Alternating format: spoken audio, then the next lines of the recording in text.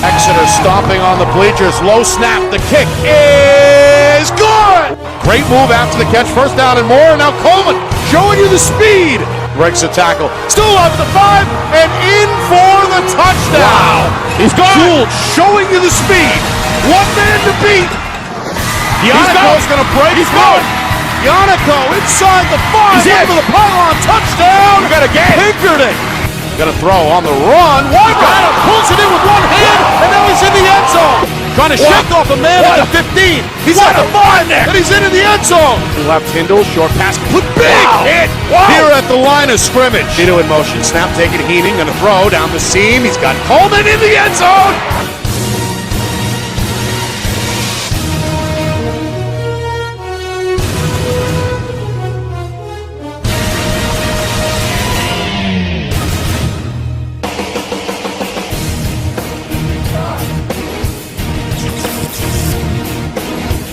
Well, hello everyone, and welcome here to Windham. Nick and Astis, Steve Beals with you. It's our Friday Night Lights New Hampshire Game of the Week, presented by Beals Insurance. Preliminary round playoff action. A meeting between the Bedford Bulldogs and the Windham Jaguars. The winner will head to the quarterfinals next weekend. The loser is done. Playoff atmosphere, tailgating, gorgeous weather here in the first weekend of November. Temperatures at 75 degrees. Both teams, of course, coming in ready to go under different pretexts. Windham 6-2. One of the feel-good stories of the season in Division 1, just 1-8 a year ago. They wind up 6-2. They elected not to schedule an opponent in the final week of the regular season, took it off, and thus come in fresh after 2 weeks of rest. Meanwhile, Bedford reeling after a 24-21 defeat against next-door neighbor Merrimack. They wind up at 5-3 and thus have to play a road game here as the number 10 seed. But Steve, as we know, all of that out the window. 4 quarters of football in front of us, 2 very evenly matched teams. No question. So Pinkerton, Timberlane, and Merrimack have advanced. This game, we knew right off, Nick, there was something about when you think about this game, the chemistry between these two teams. You got Bedford's going to come out off a loss. You got to believe they're going to be coming out angry today. You got Windham just with oodles of confidence coming throughout the season.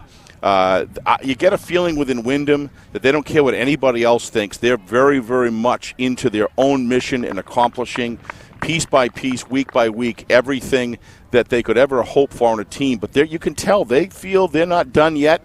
So the chemistry in this game is going to be really solid. I expect somewhat like last night, a lot of physicality and the first quarter to be fierce. It's 2 o'clock game. It's not 1 o'clock. Everybody's had plenty of time to get up, get filled up with breakfast, and they are ready to go on this 70-plus degree day, Nick.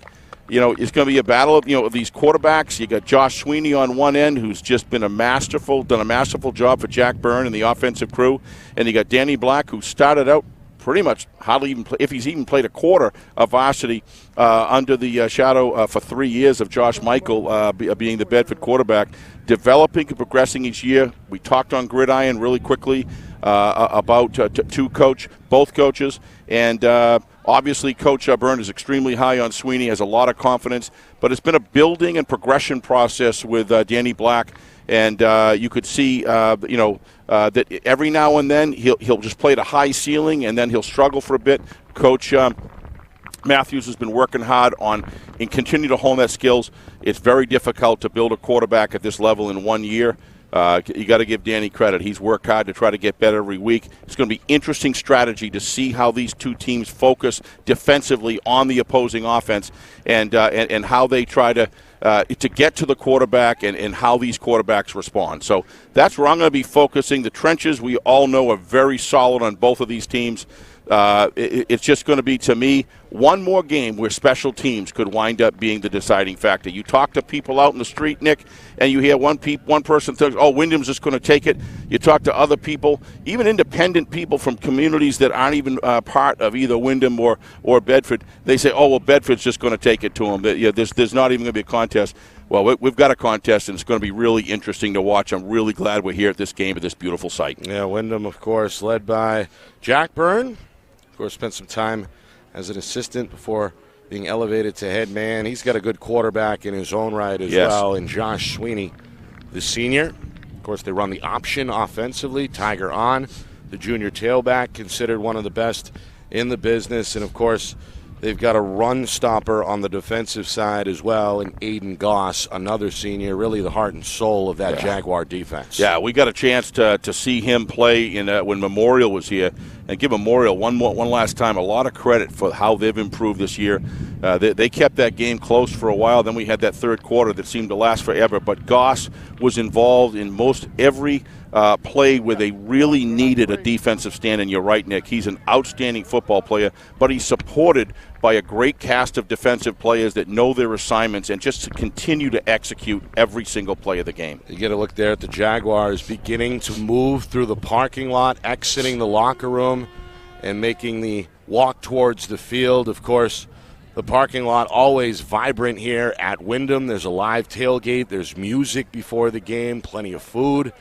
And again, the seating itself, not many bleacher seats available, but that's okay. We've got the natural bowl shape here on the near side. Folks bringing the blankets, the chairs, and just pulling up a seat themselves here on the green grass. So we're about 10 minutes or so away now from the opening kick. We're going to take a break. We're going to come back.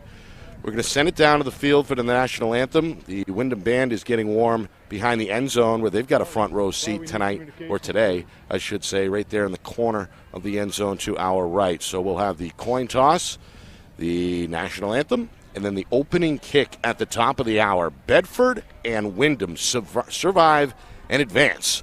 The scenario here on the first playoff weekend of November. You are watching our Friday Night Lights New Hampshire Game of the Week. It's presented by Beals Insurance. Our broadcast today, as it always is brought to you by Beals Insurance Agency, with locations now in both Bedford and Londonderry. Whether you need home, auto, or business insurance, Beals Insurance will get you both the price and quality coverage that's right for you. Just call 603-471-9999 or visit BealsInsurance.com to request a free quote and start saving money today. Again, that's BealsInsurance.com. Hey, I'm Chad, the owner of New Hampshire iPhone Repair. We're New Hampshire's most trusted and affordable repair shop for your iPhone, iPad, iPod, and even Android needs. Don't worry, we're affordable, reliable, and we back our parts with a lifetime warranty. And you know what the best part is? No, what? We can repair your phone while you wait. I know, that's why I'm here. Oh, I know, Mrs. Green. Here's your iPad, good as new. Bring your phone into New Hampshire iPhone Repair today. I'm Travis Kelsey, and this is Zen Water. The perfect alkaline water for sports hydration and the only water that's in a bottle that prevents ocean pollution. Ultra pure alkaline water in a bottle that prevents ocean pollution. Why would you drink anything else?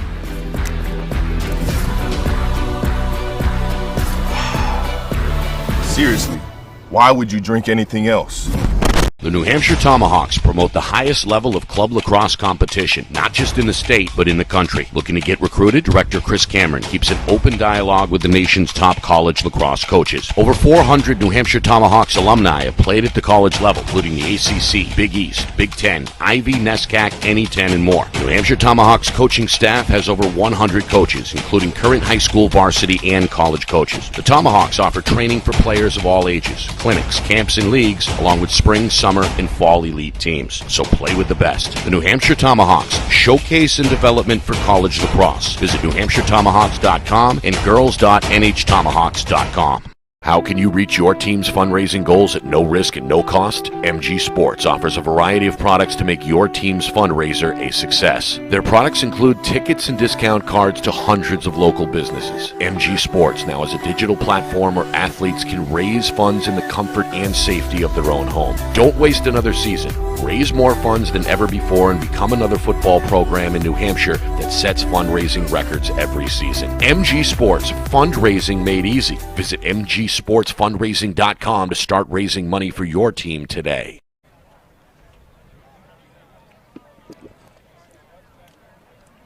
Well, there it is a moment ago, the home team entering through the end zone. There's Aiden Goss, one of the captains, carrying the Windham flag. And the Jaguars settling in on that far sideline as we get set for the pregame festivities here in Windham Kickoff just minutes away as we get a look at Zach Matthews on the Bedford sideline. Spoke with him earlier this week. Talked to Coach Byrne and his assistant Lauren Gaudette earlier this week as well. Nick Anastas, Steve Beals here in Windham. Let's go down to the field now where the Windham Marching Band is ready to perform the national anthem.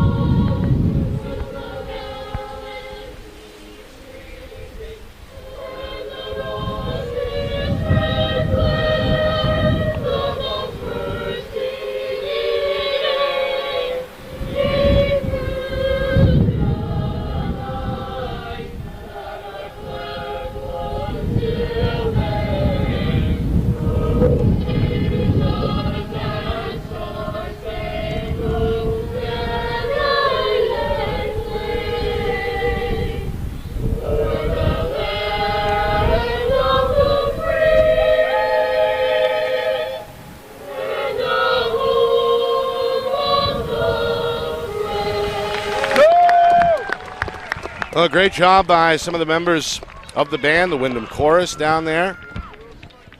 Setting the stage here. National anthem in the books, ready for some football on a gorgeous Saturday afternoon. Again, Nick Anastas, Steve Beals with you. Our first round coverage of this 4-weekend Division I football tournament. An extra round, of course, this year. More teams in the field, 13, as opposed to 8 in years past. And again, we saw 3 games last night that have all obviously gone final. Surviving and advancing the name of the game. Timberlane able to outlast Concord. They will take on Exeter next week. Merrimack on their home field able to beat Portsmouth. And Pinkerton a 2-touchdown win over Spalding. They will take on the winner of Bishop Girton and Dover. That game is kicking off in a few minutes as well, so we'll have our eye on that one. Congratulations to Portsmouth for really finishing the regular season much stronger and developing throughout the year. So congratulations to Coach Paffett. I'm sure they all wanted more, wanted to advance. And also, we talked to Kip Jackson on Gridiron Thursday night. Nick, what a terrific job he's done. Going to go to the quarterfinals. It's going to be a great matchup there as well. So, but as far as here is concerned, Nick, I'll tell you this view and panorama up here that we get of the field, and then in between quarters to look out of this beauty is absolutely fantastic. The hospitality could not be better. Lauren Gaudette, you were speaking of earlier, came up making sure everything was okay with all the media here. They do a great job managing this venue here for the benefit of everybody. Well, Bedford just won the coin toss. They're going to defer to the second half, so the Bulldogs will kick to begin the football game.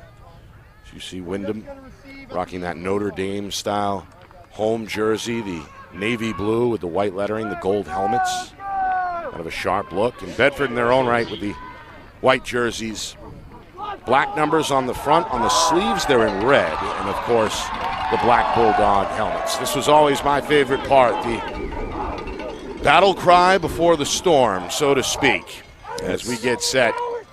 Somebody's career is going to end, either the seniors for the Jaguars or the Bulldogs this afternoon. Kind of like being along the foxhole and everybody getting rammed up right before you put the old bayonets on and charge, and that means you're ready for battle. And both of these teams, so much at stake for these years. For this year, this is a defining moment really for both of these programs, Nick, because the type of year they've had, the team that wins this game is in advance is really going to put an extra mark on this, positive mark on their season. And I am sure that we're going to get a full-out effort from everybody on both of these squads, coaching staff, all the way down. So, yeah, it's been a good week of practice, according to both head coaches. Bedford, in response to a loss against Merrimack, where really they got beat up front, according to Coach Matthews. And yep. Both the trenches, as you like to say, responded well in practice. And, of course, Windham, that extra week off, they should come in fresh. And we're going to see the offense led by senior Josh Sweeney, who really impressed us the times that we were able to see him at Stello Field as well as here against Memorial. Did a terrific job. Very athletic. Seems to be able to he has a cerebral capability of avoiding mistakes, following the program, knows why he's doing and what he's doing in each play. Here's the kick from Colby Snow. Underway here in Windham. Football takes a bounce at the 20 before it's picked up and pushed over the 25, maybe to the 26. Not much there. That's Aiden Tedesco on the return. And now we get a look at Sweeney and company here. Jaguars, again, just 1-8 a year ago. Jack Byrne kind of confident in his group, brought a lot back. A lot of guys battle-tested a year ago and have just continued to build this season. They, of course, beat Concord, one of their signature wins, hung around with Londonderry before eventually losing a close game to the defending champions. So a 6-2 record, and by all accounts, a dangerous Jaguar team here in Division I. Sweeney's got Tiger on, the junior, right behind him in the pistol. Couple of wingbacks, one in motion, snap taken, quick throw to the outside, complete near the sideline. Nice coverage by Bedford, number 21. Bulldogs able to swarm to the football. Gradinskis. It's Alex Gradinskis, the junior, first on the scene. They give him 5 in the end, second down and 5 on the way. A little windier than I expected, Nick, today. I expected to be a little more still with a 70-degree weather, but it's bringing up some good breeze. It'll be interesting to see if this continues and how it may or may not affect the game. Seems like it really just started a few minutes ago. It did, almost game time. As well. Sweeney takes a look around. 4 linemen ready to go for Bedford. Sweeney going to keep it himself on a 2nd and 5 and get dropped. Nowhere to go on the edge. Kevin Sheridan, the big 6'3", 200-pound defensive end. Junior waiting for him, and now a 3rd down and 7 facing the Jaguars. Nice job there by number, I believe it was 68. No, that was 88. You're right. Kevin Sheridan, you're right. Sweeney looking over at the sideline. Coach Byrne in direct communication with his senior. Those two are very close, as Coach has told us over the course of the campaign. Again, Bedford will rush 4 on a 3rd and 7. Sweeney going to run to the left. Eyes downfield, and all of a sudden he runs out of room. 2 Bulldogs converge. Big celebration there from Jack Rizzo, the junior, rather. Showed you the speed there in recovery. Bedford gets the stop they were looking for, and it looks like the Jaguars are going to punt. If you look at number 8 from Bedford, the coverage downfield was excellent. Looks like Dom Tags. Just a terrific job there. There's nothing for Sweeney to do downfield there, and he did the right thing. Just tuck it and take it and punt it away and put your defense on the field. That's a junior, Dom Taliaferro. Oh, Sweeney, great quarterback / punter. It's off a good one. It's going to take a bounce inside the 40. And be downed right there. Some physical play, as you can see at the top of the screen. Well, they were clutching and grabbing, and one ended up on top. The one on bottom didn't like it, and it got a little scrummy there or scrappy, I should say, for a second. But, yeah, they playoff intensity. Yeah, playoff intensity, but the refs let it go because they both got off real quickly and gave each other a quick steer, and off they go. I think we're in good hands this afternoon. Yes. Led by referee Dan Moylan. A lot of experience down there on the field. We had a pretty well officiated game last night in the game we did. I think so. Timberland and Concord. There was a couple of pass plays that one could argue either way and a possession But thing, overall, but I think overall, they let them play. Yep. All right, here's that 3-man front for the Jaguar defense as we get a look at the junior quarterback, Danny Black. The give is up the middle. It's the tailback, Logan Spear, and look at this. Wow. All aboard the Spear Express. Carries 3, maybe 4 Jaguars, an extra 4 or 5 yards, tackled near the 1st down marker. Looks like they're going to take up. They're going to move the sticks. Well, he carried 2 Jaguars on his back, so must be a pretty strong Bulldog to do that. Seen him perform well over the years, seemingly plays well every time we see him. Yeah, if you give him an off opening. to a good start here, officially a 10-yard carry to set up 1st and 10. Football just shy of midfield. Handoff. This is Colby Snow. His first touch goes for no gain. That's Aiden Goss. I think we're going to get Colby Snow for a block below the waist here, Nick. Oh, it's Taliaferro, excuse me, on the carry. Yeah, but I think we're going to get Colby Snow here for a block. I may be wrong, but watch number 6. Looks like there's a low block coming here on the backside. Yep, he was down on his 4s. We'll see what the ref says here. First penalty here from referee Dan They're going to call it a hold, so I guess that. Going to back it up. Well, you know you've got a good linebacker core, Steve. Anytime in this day and age you can run a 3-4.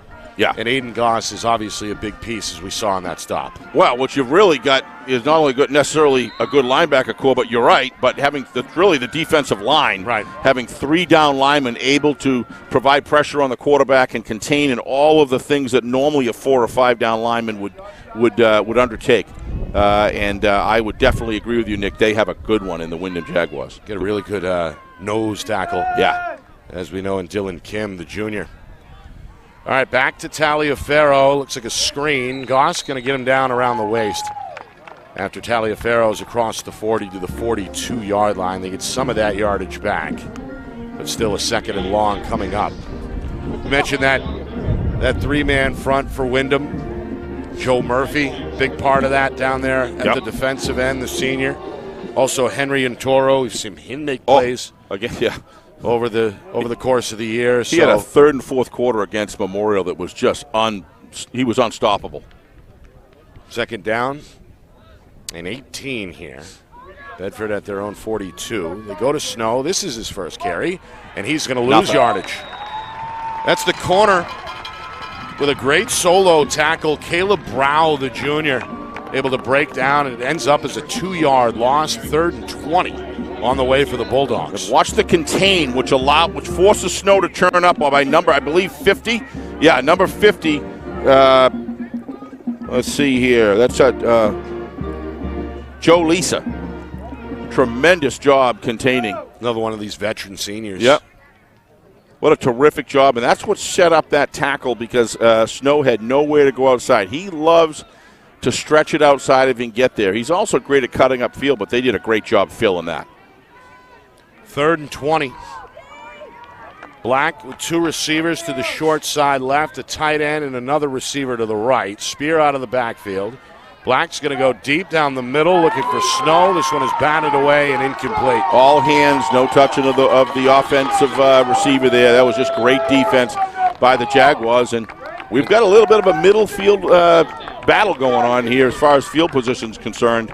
That penalty looms large in that offensive drive for Bedford. And stalls the momentum.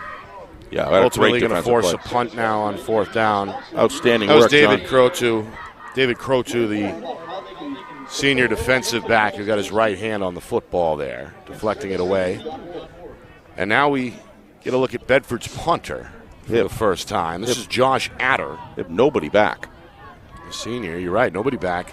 Windham looks like they want to take a crack at a block here. They load up on the line of scrimmage with 10 men. Snap is on point. They got this one is blocked, tipped, loose, rolling out of bounds. Wow. And it ends up just shy of the 40-yard line. Nick, I love the call. First of all, we haven't really seen that this year, so there is an element of surprise, number 1.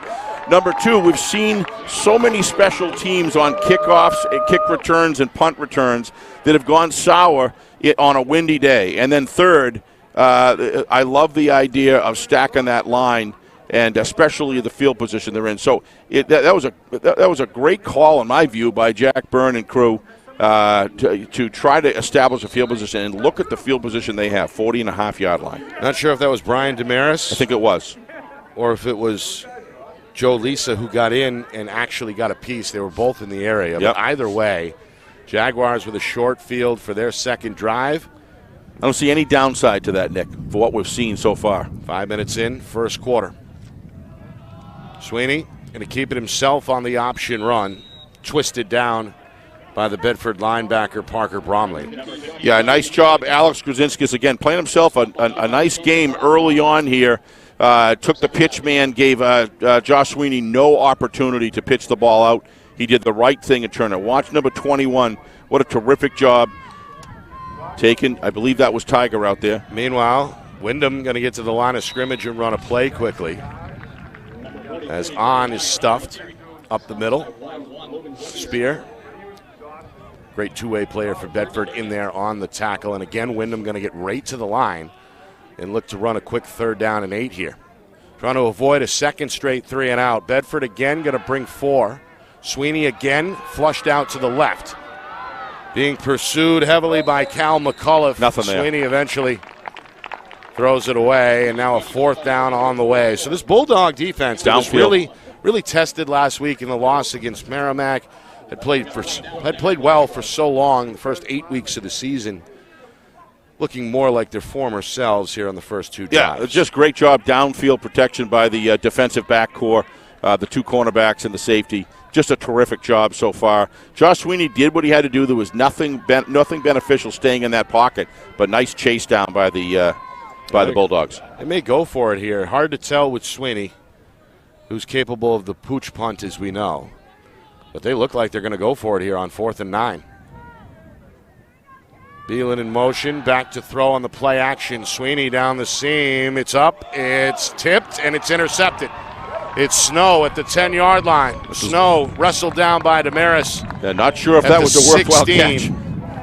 Basically as good as a punt there, the long throw. 2 different players, it looked like, had a chance at it before Snow comes up with the interception. But Colby's got to just bat this ball down. There's no benefit. It's 4th down. But that's just natural reaction there of an aggressive football player. But in those situations, there's no question. He knows that. Given the reflex of action there, it is better to just let that ball get batted down the ground. But it had a double hit, 1, 2, yep. And then he grabbed it. I could have just batted down the ground, could have been back up to the 40. So I think Windham will take that, Nick. 1st and 10, ball at the 17. Bulldogs' second drive, midway through the first quarter. Spear able to break a tackle. Some running room on the right side, up across the 25 to the 29. Yep. Before he's stopped by Kavi Patel, one of the outside linebackers, the junior. You're going to see a nice hole here. Watch the guard come across, seal that number 56, from Bedford. What a terrific block right there, down block. It's Jake Ben. It's Jake Ben. What a nice job. Completely opened up that hole. Good job by Spear. Seeing the hips of his lineman pulling in. Spear. A couple of carries, 20 yards already for the senior. Complete over the middle. On 1st and 10, the tight end is his first catch. That's Sheridan. As Black gets loose. I saw them pregame, Nick. I was watching Danny Black throwing, and 95% of all of his passes he was practicing were short passes of all different variations. Looks to me like that's their strategy so far today, to try to pick apart the defense, not necessarily go long, or don't show it at least pregame. Shorten the throws, right? Shorten the throws, and then see how far the defensive cornerbacks screw down on Bedford, and that's when you might want to run a deep go route. 7-yard pickup, 2nd down and 3. Windham bringing an extra man to the line of scrimmage. Handoff for Spear, his left side. He's going to fight. He's got it for the 1st down. Well, again, getting that extra yard or 2 after contact. Spear really built low to the ground. He's got that second gear. He's got a burst, but he can grind out those tough-to-get yards as well. Well, you see the way Spear's run. He's very sad. That's his role. And does a great job moving his feet, keeping those short driving steps. He's got a lot of strength in those legs. And that was the 1st down that Bedford needed, hopefully, to get things going for the Bulldogs. But Windham's still playing some awful good D here. 1st and 10 from their own 38. Back to the ground, back to Spear. He's back up the middle, and he's got a 1st down. Yeah, Coach Matthews will take this clear. Got another 11 on the pickup. Watch the open hole here. You're going to see the guard again come back and pull. Boxes out. Number 52 from Bedford. Terrific guard work there by Jake Sheff. These offensive linemen for Bedford right now deserve a lot of credit, and that just gave Spear another opportunity to get a good chunk of yardage for a 1st down. Well, so far, so good for Spear. Unofficially 33 yards on 4 carries. And this is what's going to open up passing opportunities for play action, or in this case, Taliaferro inside gives, spins, still on his feet, first down, still trucking. Down inside the 35 to the 32-yard line before it's all said and done. Finally brought down by Joe Murphy. Another big rip for the Bedford ground game. Yeah, Henry Natoro, watch him. He was a lot of missed tackles there before Natoro finally had to try to bring him down. He grabs on, he's got his shirt, he holds on, and that's what gives 57, I believe it was, Murphy an opportunity to make that. He doesn't grab his shirt, he may have been gone all the way. Windham hoping to stiffen up here. Bedford looking good on this drive. Not this time. Says Aiden Goss and company as Spear is stuffed shy of the 30-yard line. Yeah, Goss plays low to the ground. He's got great athletic position. Looks like he's a wrestler. If he's not, he certainly probably would be a good one. But he's built very low to the ground, and he gets the right body position and lifts the torso upward, which takes away all the strength of the running back. Reminds me a lot of the old Dolphins linebacker, Zach Thomas. Yep. Same number. I would agree. Zach Thomas. Boy, there's a name size from the past. I don't like to talk about the Dolphins much, but now that you bring him up, he was great to watch. All right, Bedford with a, second down and 9 officially. Black, again, 2 receivers to the left side. Spear behind him. The give to Spear, right side, hesitates, lowers that shoulder. And he's finally toppled at about the 25-yard line. About 4 short. Be a big third down here. I would say probably still outside of high percentage field goal percentage. So the question is whether or not it's 4 down territory. It probably depends on how many yards he gets here. That's the younger Damaris on the tackle, Matt. Another 5 for Spear. Sets up third down. Looks like 3 here. And yes. All right, Jaguars hoping to stop, or get a stop, to force a 4th down. Bedford hoping to enter the red zone. First down marker outside the 21. Black to the left, looking left, incomplete. Terrific. Great work there. Now the defensive back able to time it well. Got the right hand on it. That's Dustin Westcott, the sophomore. Not in love with the call, quite frankly, Nick. You got your running backs are just tearing it down the field with high percentage, and you've really got two downs to get 4 yards. Not Westcott, but Cam Williams there on the stop. Yeah, kind of a tough route. A lot has to go well, but a great individual defensive play. Terrific. At the tail end, the key there. So 4th down and 3. Bedford gonna go for it. Black in the gun, Spear to his left. Again, 3 receivers set, 2 to the strong side left. Windham looks like they're going to bring 4, and they will. Black, same pass pattern, incomplete, trying to find Spear. Pass off target, just outside the extended right arm of Spear. Windham able to hold defensively, force the turnover on downs. They'll take over at their own 25. Yeah, I mean, you're going to try to pass your way through 2 downs for 4 yards. To me, when you've got the running, the offensive line was just doing a terrific job, really taking advantage of that 3-man down front, defensive front by Windham, and opening up holes. They probably would have moved to a 4 in that situation, but the bottom line is there. It seems to me like Bedford certainly may have given up an opportunity there, but that's just could be part of it. Is Windham's just great defensive backfield play right there. They've been doing it all game so far. Both teams, really. 1st and 10. Beelan in motion. Somebody jumped. Flag is thrown. They're going to talk it over, but this flag's on both ends, which usually means it's not a false start. Looked like there were 2 Bedford Bulldogs that were across the neutral zone there. Unless he was drawn, he may have been drawn. We're going to find out. Yeah, offsides. Well, as we've talked about over the weeks, as we get a look at this growing crowd here in Windham, gorgeous afternoon. Glad you could join us. It is. But we've talked about the cadence over the last couple of weeks, especially. It's become really a weapon for offenses across the state. It works out well for the Jaguars. They get 5 free ones there. They go back up the middle on 2nd carry. Not much. The hole snaps shut at about the 33-yard line. Bedford several defensive linemen in there, including Spencer Henry-Shawn, the junior. I had a former coach and a mentor that taught me a lot. Say that every time you don't use cadence to your advantage, there's a lost opportunity. That's always stuck with me. And that is not going on deaf ears across the Division I of the games that we've done this year, by and large. Final minute, Did it first again. quarter. And another flag. Yeah, that's just great work. If that's another encroachment, that is great work by Josh Sweeney. It just shows you Bedford is battling for position. Did a Jaguar move, though? I don't know. That's what I said. That always could be the case. And that is the false case. start. It's a false start. So he got drawn. Against Windham, so it's a draw, essentially. Yep. It'll be second down now and 8.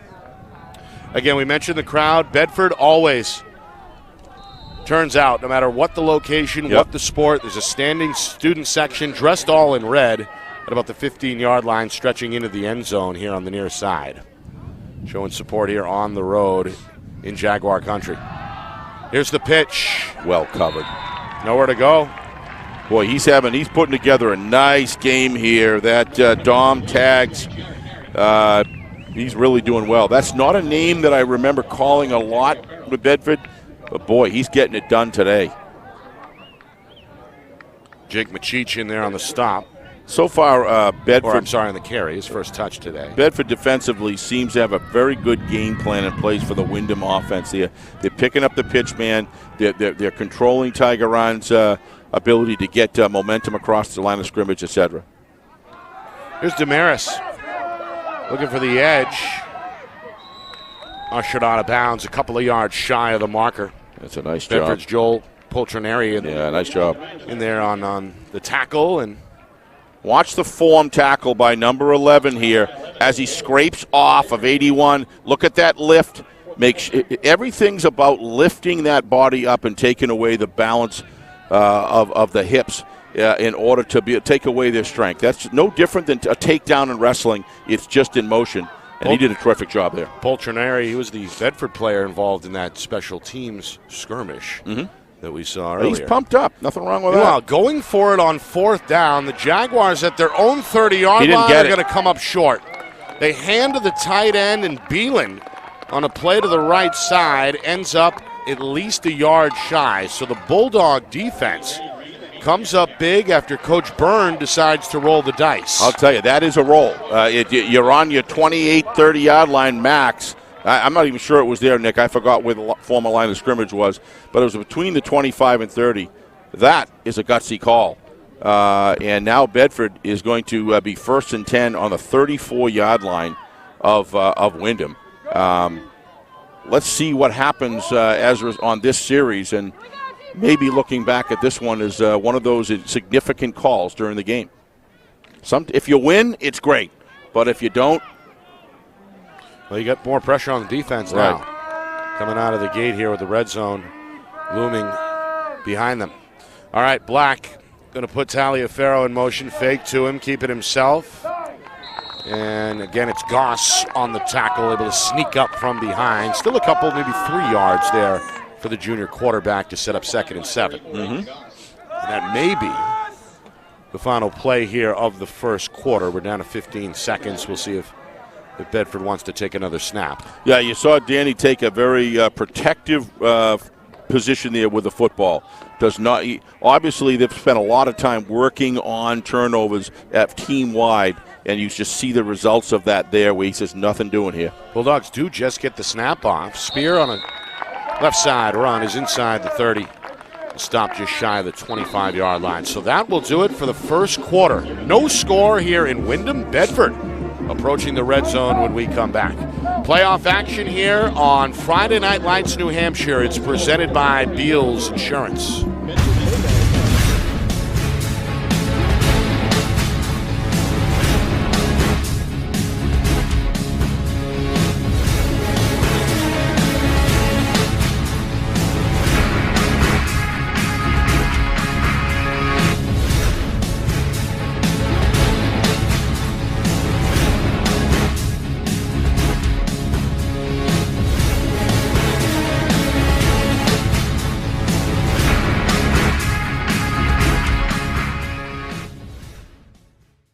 Our broadcast today, as it always is brought to you by Beals Insurance Agency, with locations now in both Bedford and Londonderry. Whether you need home, auto, or business insurance, Beals Insurance will get you both the price and quality coverage that's right for you. Just call 603-471-9999 or visit BealsInsurance.com to request a free quote and start saving money today. Again, that's BealsInsurance.com. Well, back here in Windham, no score between the Jaguars and the Bedford Bulldogs. Nick Anastas, Steve Beals with you. First round playoff action. Winner goes to the quarterfinals next weekend. Loser goes home. Both defenses coming up big. Bedford, a moment ago, able to force a stop in the Jaguars' end on fourth down. Get a short field here and now face a 3rd down and 2 from the Jaguar 31-yard line. They go to Spear, and the senior's got the first down, looking for contact, seeking the 15, but stopped just shy at the 16-yard line. Spear has looked good here early on. Another 10 yards. He's over, by my count, 53 already on just 7 carries. Well, Tiger Round is the workhorse for Windham, and Spear is no question the workhorse for Bedford. And so far, they've been able to, the offensive line of Bedford has been able to give him just enough, and then he takes over on his own to get the key yardage that they've needed, Nick, so far to advance the sticks.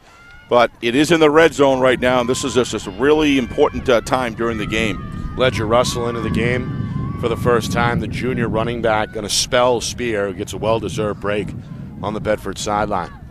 First minute, second quarter, and this one whistled dead as flags fly. Flag on the play.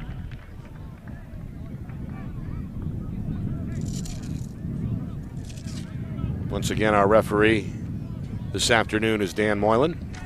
And we get a false start. The third pre-snap penalty we've seen from these two teams combined here. All right, Black with Russell to his right. Got a tight end left, 2 receivers right. Snow one-on-one here at the bottom of your screen. Snow in motion. Go to Russell. Russell follows the lead block, runs a man over, and ends up inside the 15, down at the 13-yard line. Took Beelan for a ride. Yeah, he sure able did. to lower that shoulder. Yeah, in the end, 6 yards. Beelan tried to tackle him high, and that's going to be a mismatch. If you're going to watch the tackle here, you're going to see it's very high as it comes through here. See, up above the football, you got to get down and lift below. And thankfully, it was at 44 was there for Windham. And Brian Damaris cleaned him up, but message sent there from Russell, who remains in the backfield on 2nd down and 6 officially. They go back to him. This time the D-end is there for Windham. It's Joe Murphy, another tackle up front for the Jaguars. Maybe a yard. Looks like 3rd and 5 coming up. 2 minutes now gone by in the second quarter. So as this game develops, we see two things. We see two sets of offense and defensive lines pretty much for the most part parity. I give Bedford a little advantage on the offensive side of opening up some nice holes for Severe and others. But the big thing is the defensive backfield coverage on the receivers. Both sides, Nick, has been fabulous. And I think that's why we're seeing a lot more runs, because the pass just isn't getting it done so far. Black hit as he throws, and then this one incomplete in the end zone. Trying to find Poltroneri on a slant. Black paid the price, and now 4th down and 4 on the way. Bedford may try to kick a field goal here and put the first points on the board. He certainly got the leg to do it, and with a right-hand kick, that's not a bad reference point to work from there, Nick, as far as the kick is concerned. Looks like Black's going back in, though. So yeah, Coach Matthews wants to keep the drive going, or perhaps get 6 here with the football just shy of the 12-yard line. Got to get down inside the 8 for a first down. 4th and 4. Windham defense trying to answer the bell. A 4-man front for the Jaguars, and now a whistle, and I think our first timeout is on the way here. Totally understand. This is a defensive time that you want to make absolutely sure you've seen the offensive set. That's the first play. Do you want to go to break? Well, go ahead. Make your point. all I'm saying is that is a time that you want to use a defensive timeout to make sure. This is a crucial time in the game. Points have been very difficult to get. Yeah. I'll leave it at that. We'll catch up later. Well, we've seen both teams do what they need to do on defense here. Bedford, moments ago, able to keep the Jaguars out of the red zone, and then on a real gamble, I think, by Coach Byrne, they go for it at their own 30. Bedford gets the stop. And now Windham essentially with a chance to do basically the same thing here. Get the big stop and get the defense off the field, get the football back here. Is starting to seem like, Steve, more and more as this game goes on, that points may be at a premium today. Well, that's what I was saying earlier. That's, I think, why Coach Byrne properly called that timeout. He wants to make absolutely sure he sees what their first option was, then restructure it, have a backup plan on a second. Now you've got Coach, in a situation where Coach Matthews has to choose a second play. He may be just as happy with it, but the point is you can't take a mismatch in this situation with the offense without being able to get the defense off the field and consult. Listen to these Windham fans coming alive. The flags are waving. 4th and 4. Again, a 3-receiver set for Black. Windham showing blitz, and they're going to again blow it dead. 2 men in motion, I believe. You're going to get a false start here, and that is an extremely costly penalty. Yes, just that, Nick. Wow. Penalties starting to hinder both teams at certain times, but certainly. Yeah. The opening drive for Bedford derailed on a hold, and now this is the second procedural penalty here on this drive against the Bulldog offense. Does that change Coach's mind at all? Oh, it has to. Your playbook changes drastically in this situation as far as kicking or not. Yeah. It all depends. You're looking at about a 34-yard field goal here. For the moment, no wind? Well, there's a little bit crossing up a little bit higher, but not much, Nick, to your point. They're going to go for it. Yeah. They're going to trust. I'm really surprised that they're going for it. Junior quarterback Danny Black here. Windham trying to keep this a scoreless game. Bedford hoping to convert here on a 4th and 11. Be a huge stand if they do. Black under pressure, steps up, throws. Caught by Snow at the end zone. Touchdown. Wow. Did he fire What a grab by Colby Snow. The pass on the money. The senior takes a hit at the goal line, secures the ball on the way to the ground, ends up in the end zone, and Bedford on a 4th and 11 is going to score the game's first points at 6-0 Bulldogs. Well, I said last night that Colby Snow was going to be a big factor in this game. That's one step towards that, Nick. He seems to be the guy that gets what the team needs, but give Danny Black a lot of credit right there. He drilled that ball, and it had to be that because he had good close coverage, but he threaded the seam beautifully, and Colby Smith responded with a good grab. Extra point blocked. Nothing just goes easy as far as points, Nick. That's Damaris. He may have been responsible for getting a piece of the punt earlier. This time, no question about it. A two-handed stuff up the middle. Snow's kick never had a chance there. Not happening on Damaris's watch. So 6-0. A 19-yard hookup from Black to Snow is the difference right now with Bedford out in front. 6-0 with 2.5 minutes gone by in this second quarter. Yeah, I mean, points are hard to get. I can't look and see with the way these two teams are playing defense where it's going to be easy to get more. So I look at that as a big first strike here for Bedford, number one being the away team, and number two, after a hard-fought battle back and forth so many times, Nick, that's got to be that's got to hurt a little bit for Windham, who almost had this thing foiled. Coach Byrne went for it. They almost had it done, and Black just nails it to Colby. Yeah, 4th and 11, tough to swallow. Yep. For this home crowd, which is, for the moment, gone somewhat quiet. Again, a lot of the Bulldog supporters in red and black are along the near sideline behind the Bulldog bench. I mean, Coach Matthews made a percentage call, looked at a 37-yard field goal, did we say? Something like that? I thought 34 34, or so, whatever. 35. And said, you know what? We're going to trust our offense and go with it. And he was right. Meanwhile, good decision here by Windham to stay away from the football as it ends up out of bounds. Kicked out of bounds along the near sideline. Well, to me, that rings more as much, I should say, with Coach Matthews having a tremendous amount of confidence in his defense and saying, I am not going to let a special teams play beat me. To me, Nick, I don't think I recall of a year in a conferences and division of football, Division I particularly here in Bedford, where we have seen so many special teams big plays effectuate games and change their momentum and paradigm.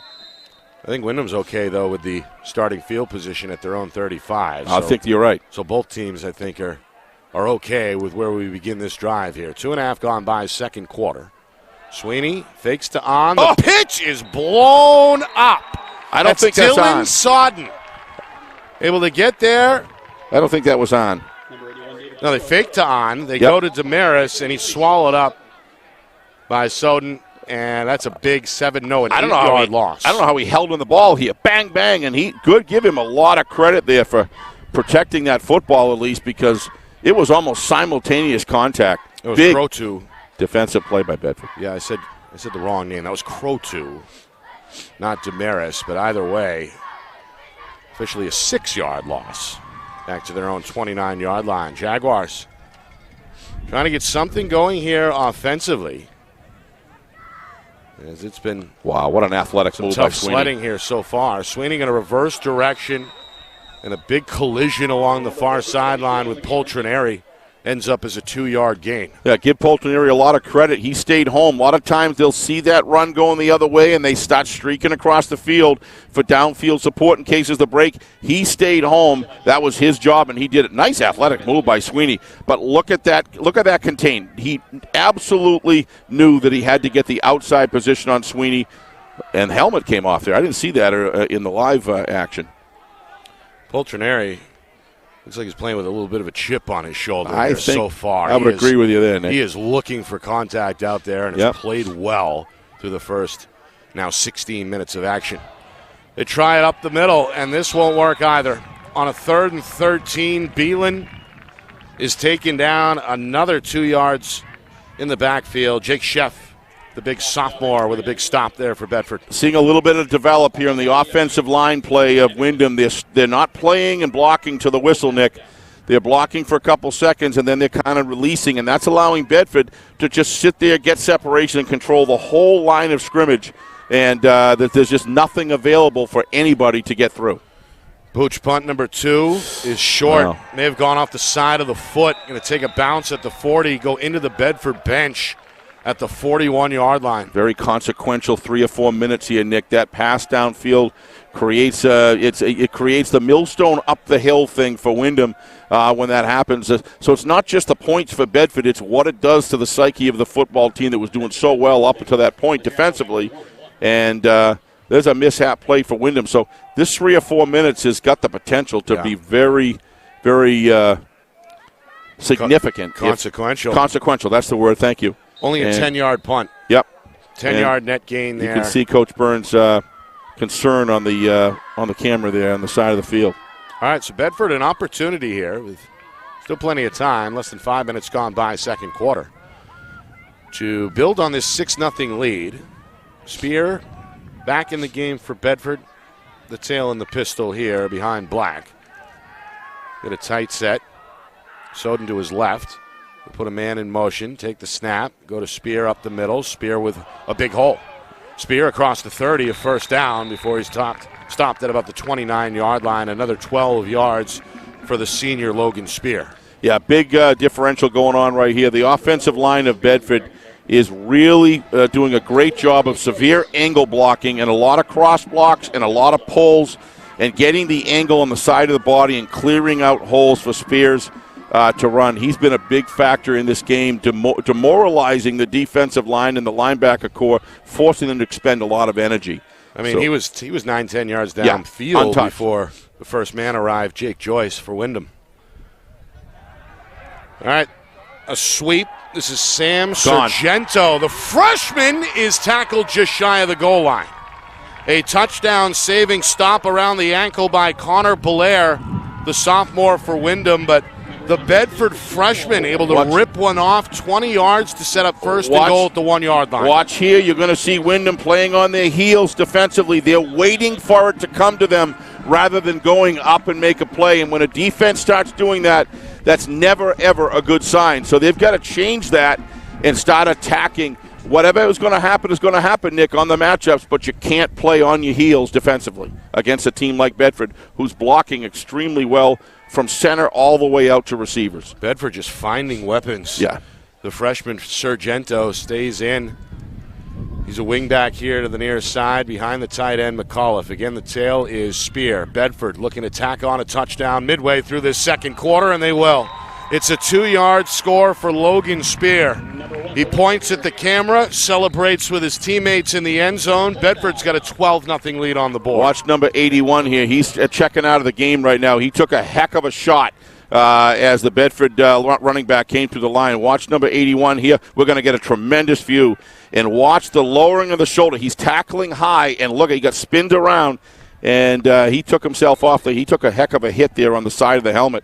And must have been watching our Timberlane broadcast. Yeah, and Logan Spear comes over. I'll tell you, Matt's getting a lot of guys over there with the number 1 thing coming right up to the camera. We love that. We enjoy it, that the kids are having a great time and celebrating. We saw the Owls, Daniel Post, last night. The sophomore scored 3 touchdowns in the Timberlane win over Concord, the first of which was followed by a finger point at the camera. All right, Bedford going to go for 2. Their extra point try earlier was blocked. They're going to go to Snow. He's met at the 1-yard line and denied by Brian Damaris. An excellent 2-point saving tackle at the 1-yard line. That's a wrestler move right there. It's just fantastic work. I said there was nobody there, and he did not get that memo from Mr. Beals. And look at that tackle right there, and all about getting down in the athletic position, lifting the center of the body. When you can do that to an athlete like Colby Snow, that means you know how to tackle technically correct. What a terrific job. Did look like one of those one-on-one drills you see in August. Yes. Right there. Damaris showing you how it's done, textbook style. Yeah, put the pylons about 6 yards apart and say, somebody's got to stop, somebody's got to go through. We're not going to stop till it's done. That's right. And that's where you learn the game. The dog days of August. Yep. Here we are in November, and still gorgeous. 75 degrees here throughout the region. Unusually warm here on the first weekend of November. Nobody complaining. I know folks down there in shorts. I know one camera person on Friday Night Lights is pretty happy. I can tell you that. No heated jacket today. No heated jacket today. For our camera operator up here, Kristen Beals, doing a great job. We got Matt Beals and, of course, John Barron down on the field behind the end zones as well. So Windham's got to find a way, Nick, to be able to offensively get off the ball offensive line-wise and open up some holes for Tiger Run, because right now it's been shut down. Catch made, and then a slip. Unfortunately there for Windham's Brandon Beelan. Senior looks skyward, frustrated. They're going to mark him down at about the 17-yard line. So let's take a look. The psychology in a football game of people that are of this age group at high school, one of the great lessons of football is to learn that no matter what happens, you don't let yourself lose your mental edge. It's a real struggle, no matter what the sport, but football especially, where it's a physical collision game, is very easy to lose steam. This is a time that you've got to do just the opposite. The heck with what the final score is, it's all about how you react to it and the energy and output that you're putting in. Wyndham's got to find a way to move the football here. Yes. As we've seen one turnover on downs, just outside of the red zone, and 2 punts on 3 possessions here in this first half. Yeah, but the key play is Brian Damaris, by the way, on the catch. Yeah. Good for 5 to set up 2nd and 5. But the key opportunity was provided when they were down on the 32-yard line, went for it on 4th down and gave Bedford tremendous field position. Looked like they had it defensively foiled, but then Danny Black hits Colby Snow in the end zone. Still got 5 minutes to go before halftime. Here's Tiger on. Going to try to get him going, just his 3rd carry. And he shows you what he can do, rumbles and tumbles across the 30 up to the 33. Looks to me like the offensive line fired off with more effort. What they got to do is respond here, Nick. These are the inflection points of the game where you've got to respond. That certainly must have felt good to Tiger Run. That's what he's used to and accustomed to by this offensive line, providing him just a little window of space, and he'll make good on it. Gain of 11. 17 yards unofficially for On as he gets his 4th carry. Bulldozes his way across the 35 to the 37 for 3 more. Better job firing out on the offensive line by the Jaguars here. They've got to get down into the Bedford territory, make something happen. Whether it's 3, 6, or 7, Nick, or 8, it doesn't matter. You've got to get on the board and answer in some fashion. Well, clock starting to become a factor as well. Yep. Coming up on 4 minutes, and again, Bedford is set to receive the kickoff to begin the third quarter. Yeah, I really like getting good catch by Damaris. Damaris into the game. He's a spark plug offensively. Got great hands. Good job of getting yards after the catch here. Sweeney puts it just a little bit outside where only his guy can grab it. Yep. And the short-handed senior does. His second catch on the drive. He's got Windham out to the 46-yard line. First down and 10. Sweeney, pump fake. Going to roll right. He's got some room in front of him. Eyes still downfield. Approaching the sideline. Is going to be met and stopped at about the 48-yard line. That's a lot of energy expended there by the young quarterback.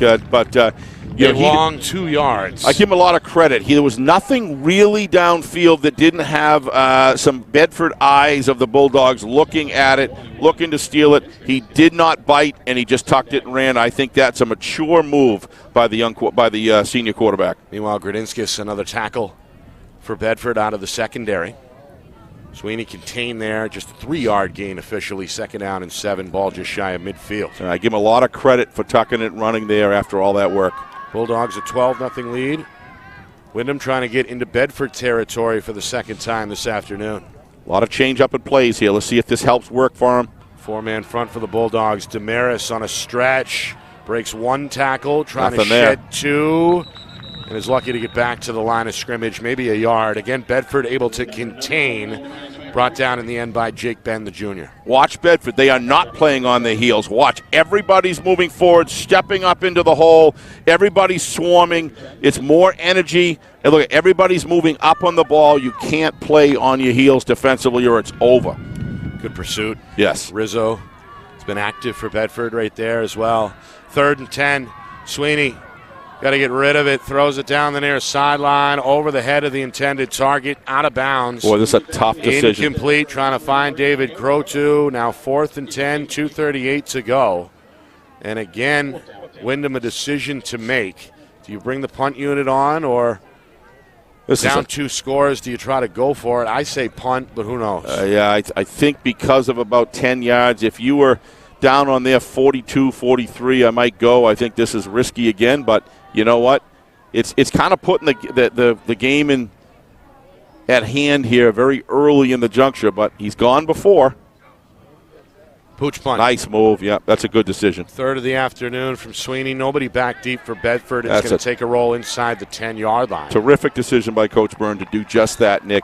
You don't want to have those Colby Snow or any of those great runners back. I just think that was well designed. They had everybody believing it. They were just going to just roll the dice again. Nothing doing. Nice call. It's quite the luxury to have a quarterback that can do that. We see it with Bishop Girton's Matt Sanasuazo. Yes. BG in action, by Somebody the way, else against too. Dover. I'm trying to think of who else does that. A couple of other teams as well. But does Pafford do that from Exeter? Sweeney today has done a great job. We know that. Yes. By the way, speaking of Dover in BG, get a score update for you at halftime. If you can hold on, Steve, for another 2:28. We'll get that to you. Plus a look back at last night and, of course, a recap of the action here so far. Unless Ben flashes it up on the screen again. And Windham. Did you call him last night and say no, negotiate a private deal or what? Speaking of rolling the dice. How about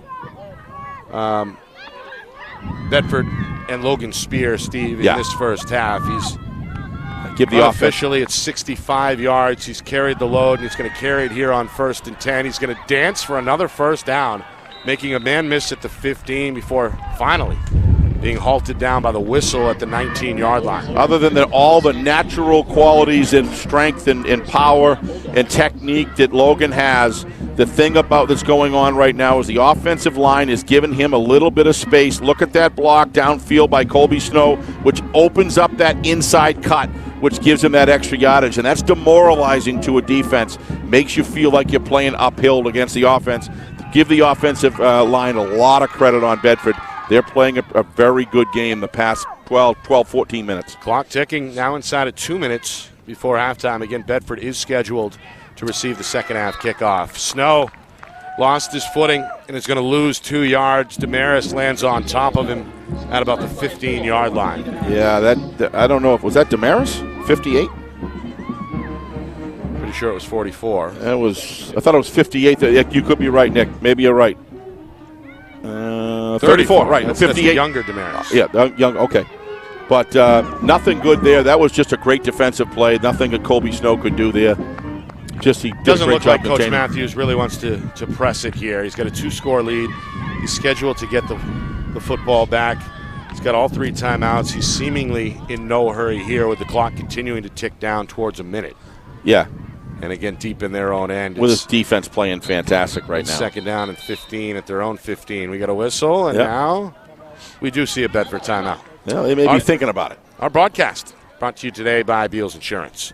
Locations in both Bedford and Londonderry. Whether you need home, auto, or business insurance, Beals Insurance will get you the price and quality coverage that's right for you. Visit BealsInsurance.com. Also by MG Sports Fundraising. That's fundraising made easy. MG Sports Fundraising is the official fundraising partner of Friday Night Lights New Hampshire. Visit MGSportsFundraising.com. Start raising money for your team today.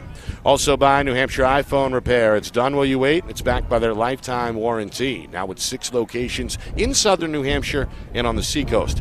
Visit NHIPhoneRepair.com. By the New Hampshire Tomahawks, showcase and development for college lacrosse. Visit NHTomahawks.com and also girls.NHTomahawks.com. And finally by Ghost Energy. Ghost is an active sports nutrition brand that's designed to empower users beyond the walls of the gym. So be seen with Ghost Energy. Nick and Asta, Steve Beals with you. Bedford, 2 touchdowns in this second quarter. A 12-0 lead on the board. They come out of the timeout and they go back to the ground. This is Russell. Ledger Russell, the junior's 3rd carry, ends up out of bounds at about the 30-yard line after just picking up the first down for the Bulldogs. Yeah, let's not lose sight of Russell's contributions periodically here and there. He's done a good job, and when he can run like that, that just makes it that much better for Spears, for Colby, and the whole staff. When you don't have a quarterback that's really built as a runner, having those extra backs that can participate help Danny have more options to be able to hand the ball off and then obviously do some fakes and decoys and then throw the ball downfield. So that's all part of the offensive program that Zach Matthews has got going here. And it's if you have a quarterback that's a runner, it's not as important. It always is good, but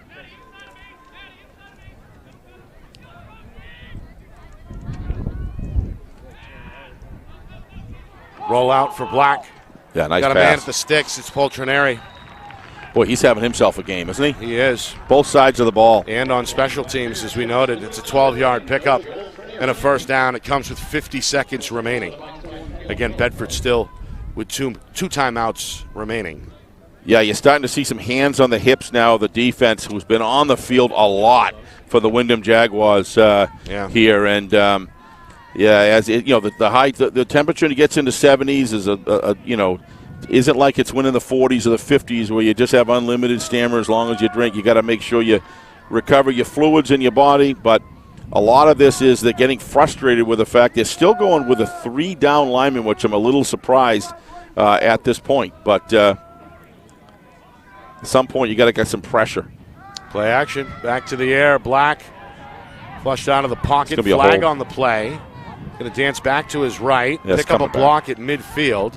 Has the first down for now, spun out of bounds in Jaguar territory. Yeah, it's coming back. At the 47, but again, there's a flag at the line of scrimmage. Anytime you have that much time and then the quarterback sweeps out of the pocket and then you see the flag go up, usually means it's a grab, a clutch, and that's exactly what it is.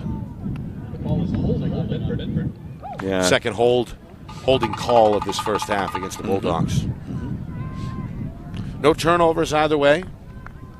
Couple of mistakes along the line, a few flags here and there, but pretty clean so far. I think think Coach Matthews will be pleased with the 12-0 lead. Obviously, I was just going to say at halftime, the Jaguar locker room may be a different message, but both coaches can certainly be proud of the effort here that we've seen through the first 2 quarters. These kids have have come ready to play with that playoff intensity. Absolutely, and Coach Matthews really emphasizing on FNLNH Gridiron on Thursday night how important it was to correct the turnover element of the game, and you can tell they've really worked on that hard. 38 seconds, Black, another flag. Throws it over the middle. Spear with the catch, trying to carry Intoro, the defender, with him across the 35. That was stopped at the 37-yard that was a hole. line. That was quick. I'll tell you, that flag went up in the air as soon as the ball was snapped. Right. I'm not sure if it's a motion penalty, illegal formation. No, false start. That would make sense, motion penalty. Because it went up immediately. So Bedford on the... That's the fourth time in this first half Bedford has had a procedural penalty. Something's going on with the cadence call that somebody's not getting on the same page there, and you got a 12-point lead. That's pretty big, pretty significant that both extra points have been foiled here by Windham on the 2 touchdowns. Yeah. So it does leave the door open, but if you're not going to answer back with 6 or 7 points, it's not going to matter. 21 seconds. I'm sure they're just going to wind it out, Nick. Bedford got on the board 2.5 minutes into the second quarter. A 19-yard hookup from Blake to Snow. The extra point was blocked. Bedford a 6-0 lead at that point. Then midway through the quarter, Logan Spear, 2-yard touchdown run. 2-point conversion was denied. Here's Spear, right side run on 1st and a mile. He's up to the 30, spins his way on the final play of the first half. Up to the 32-yard line. 10 more for his tally, and that'll do it for the first half. Bedford in the driver's seat here on the road in Windham. Bulldogs with a 12-0 lead, set to receive the second half kickoff as well, as both teams head to the locker room here at the midway point. Yeah, the wind is just starting to pick up at halftime. It kind of left the players alone other than the opening part of the game, so we'll see if that continues as the sun begins to subside. But I got to tell you, Nick, to me, that was just an offensive line advantage on the Bedford side that was just very noticeable to me. And I just think that Bedford has executed to a better level, and the defensive squad has been on the field for the Jaguars. Just too many minutes of that first half. They're going to need to get plenty of hydration, plenty of rest, and come out, but nothing's going to change if you don't have, if you can't get an offensive line structure working for you that's going to open up opportunities for Tiger On, because without Tiger On getting yardage, it's going to be very difficult for them, I feel. On only 3 carries. Yeah. 4 in that first half. Logan Spear on the other side, 10 for 85 and a touch. I think he had one carry where he was able to get through the line of scrimmage with any kind of velocity, any kind of acceleration. Other than that, he was stopped either behind or at it. All right. Got the dance team down on the field. Yep. Got the band coming up as well. And plenty for us to dive into as well from that first half. Full recap, stats, highlights, analysis, plus an update on the Saturday afternoon playoff game statewide. We'll take a look at the scoreboard. All that in just a moment. Bedford, a 12-0 lead over Windham at the break. You are watching coverage of the 2022 NHIAA Football Division I playoffs. Right here on Friday Night Lights in Hampshire. It's presented by Beals Insurance.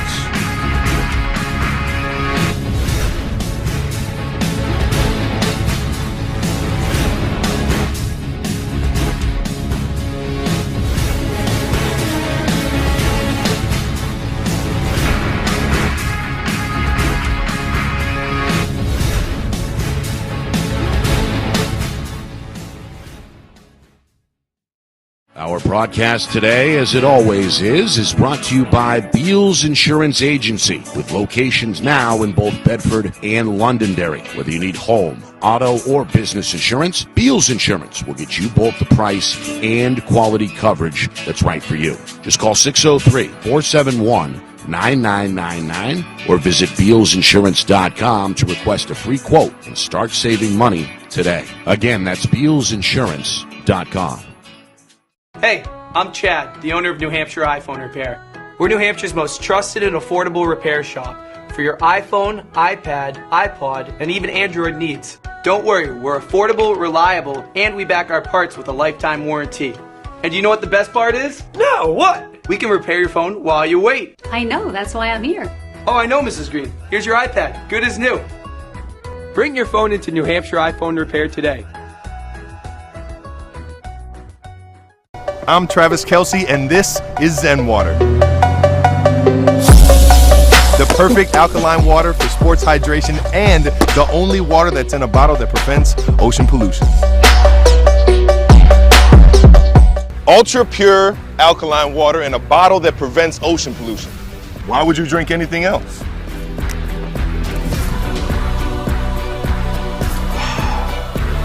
Seriously, why would you drink anything else? The New Hampshire Tomahawks promote the highest level of club lacrosse competition, not just in the state, but in the country. Looking to get recruited? Director Chris Cameron keeps an open dialogue with the nation's top college lacrosse coaches. Over 400 New Hampshire Tomahawks alumni have played at the college level, including the ACC, Big East, Big Ten, Ivy, NESCAC, NE10, and more. The New Hampshire Tomahawks coaching staff has over 100 coaches, including current high school varsity and college coaches. The Tomahawks offer training for players of all ages, clinics, camps, and leagues, along with spring, summer, and fall elite teams. So play with the best. The New Hampshire Tomahawks, showcase and development for college lacrosse. Visit NewHampshireTomahawks.com and girls.nhtomahawks.com. How can you reach your team's fundraising goals at no risk and no cost? MG Sports offers a variety of products to make your team's fundraiser a success. Their products include tickets and discount cards to hundreds of local businesses. MG Sports now has a digital platform where athletes can raise funds in the comfort and safety of their own home. Don't waste another season. Raise more funds than ever before and become another football program in New Hampshire that sets fundraising records every season. MG Sports, fundraising made easy. Visit mgsportsfundraising.com to start raising money for your team today.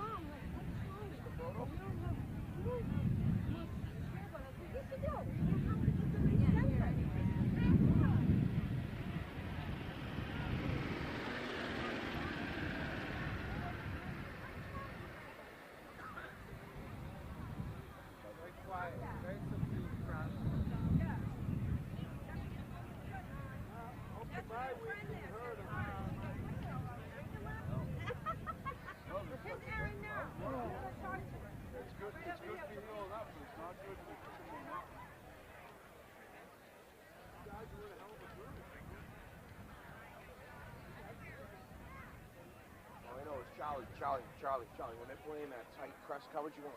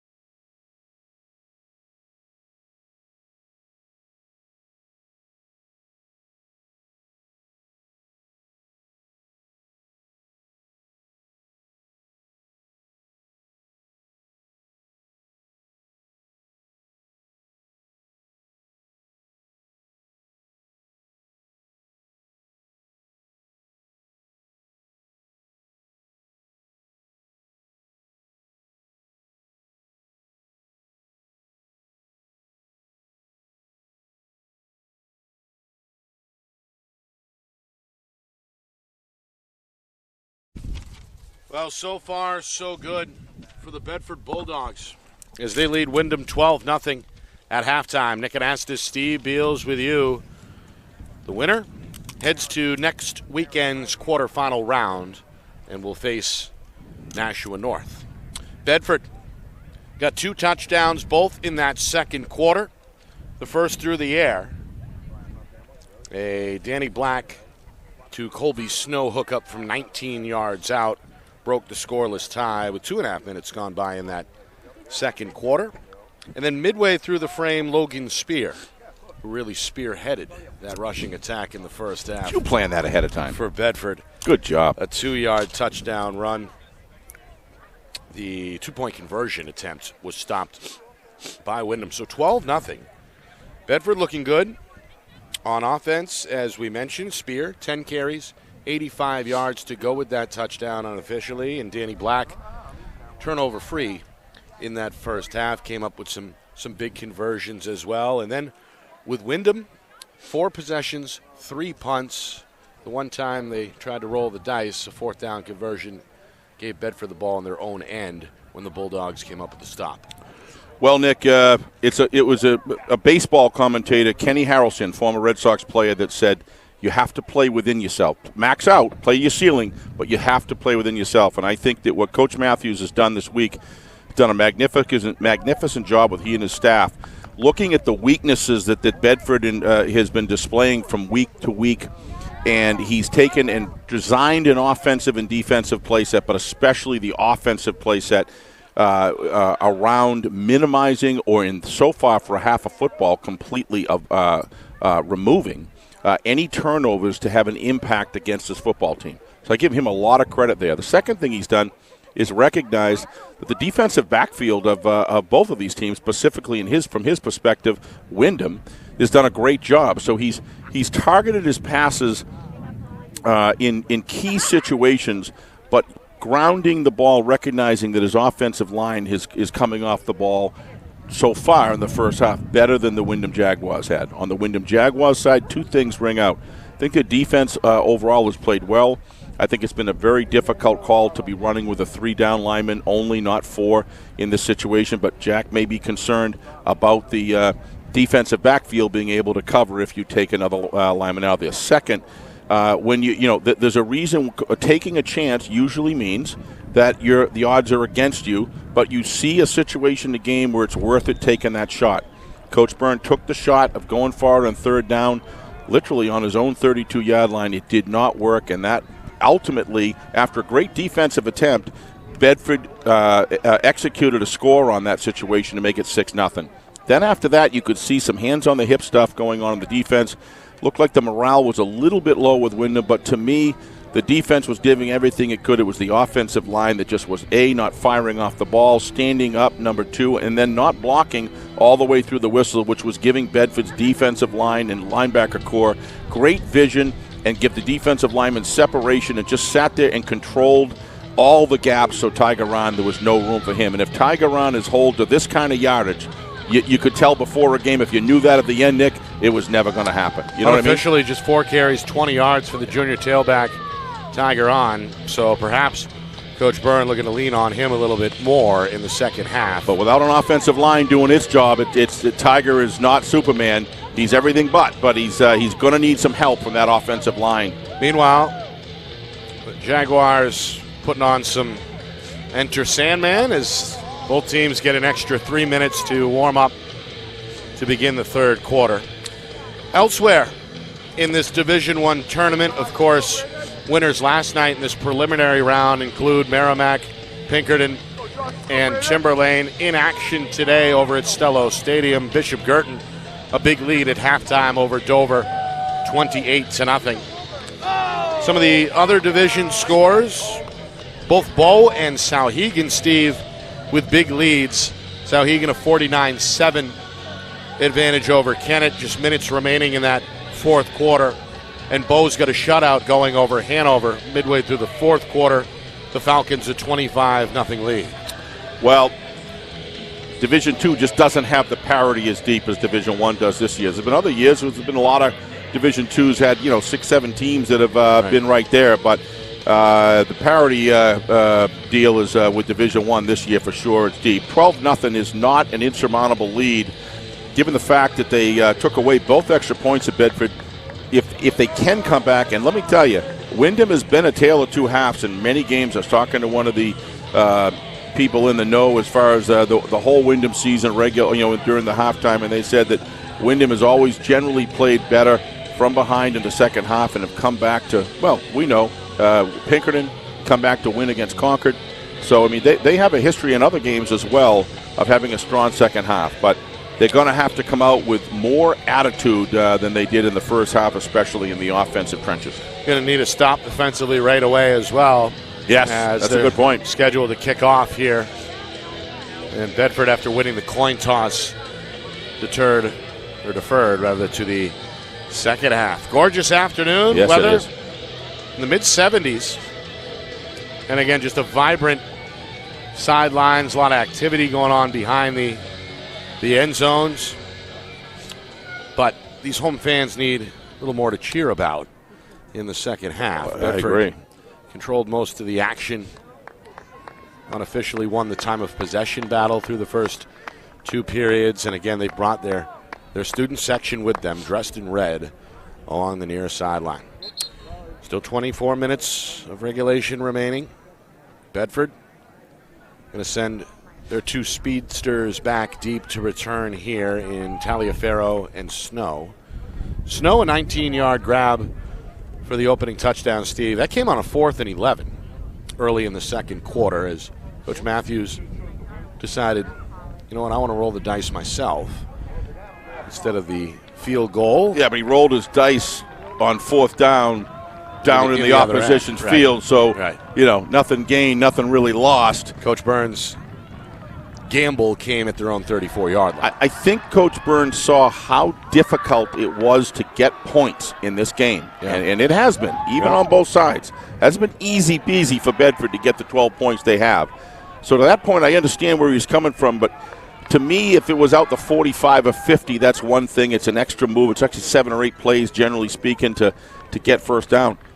On your 28, 30-yard line, that is a gamble. And it didn't work out, but the defense, like we were talking before, Nick, almost bailed it out and almost got it done. But, I thought Colby Snow was going to definitely factor in this game.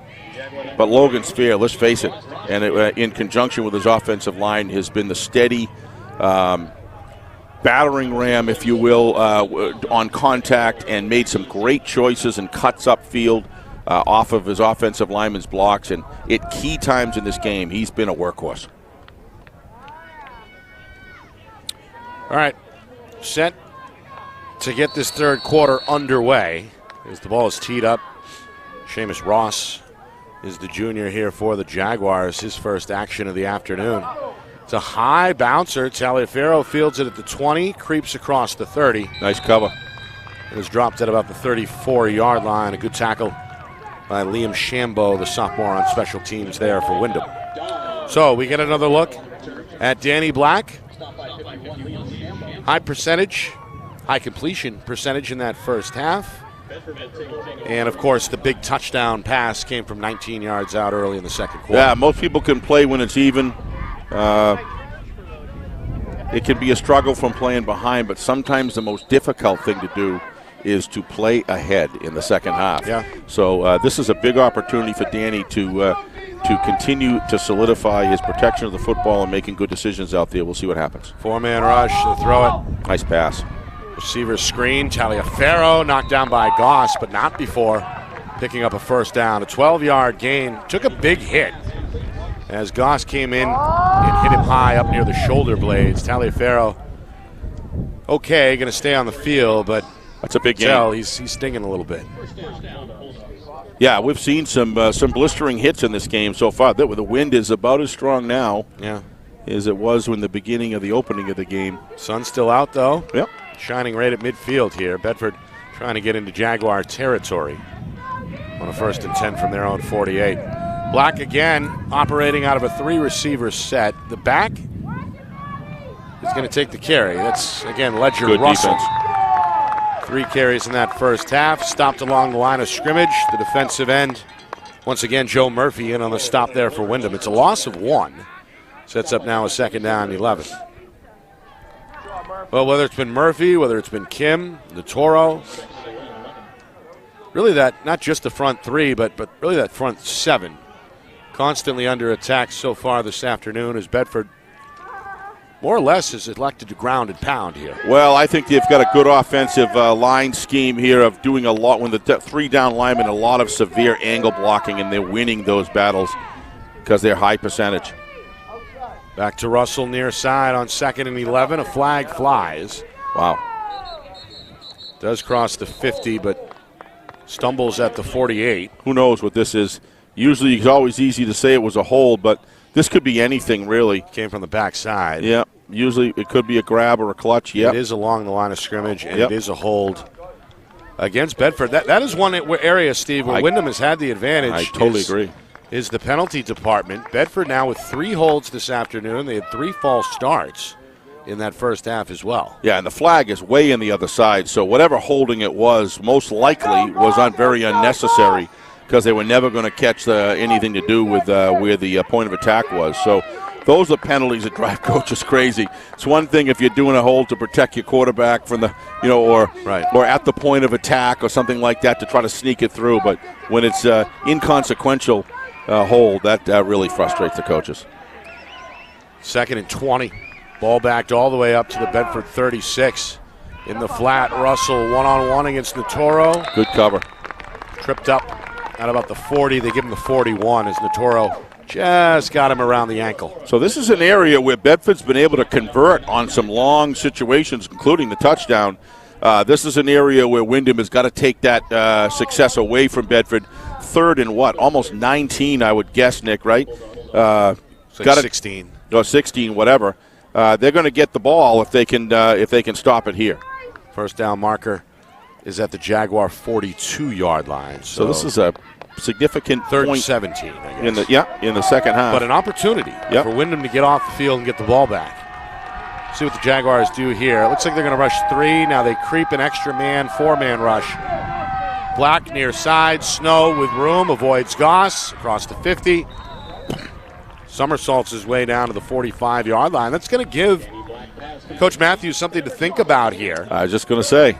As they pick up 14 yards, it sets up a 4th down and 3 at the Windham 45. Yeah, you can see they're going to keep him in the game. It looks like they're going to keep Danny in the game. They're going to go for it.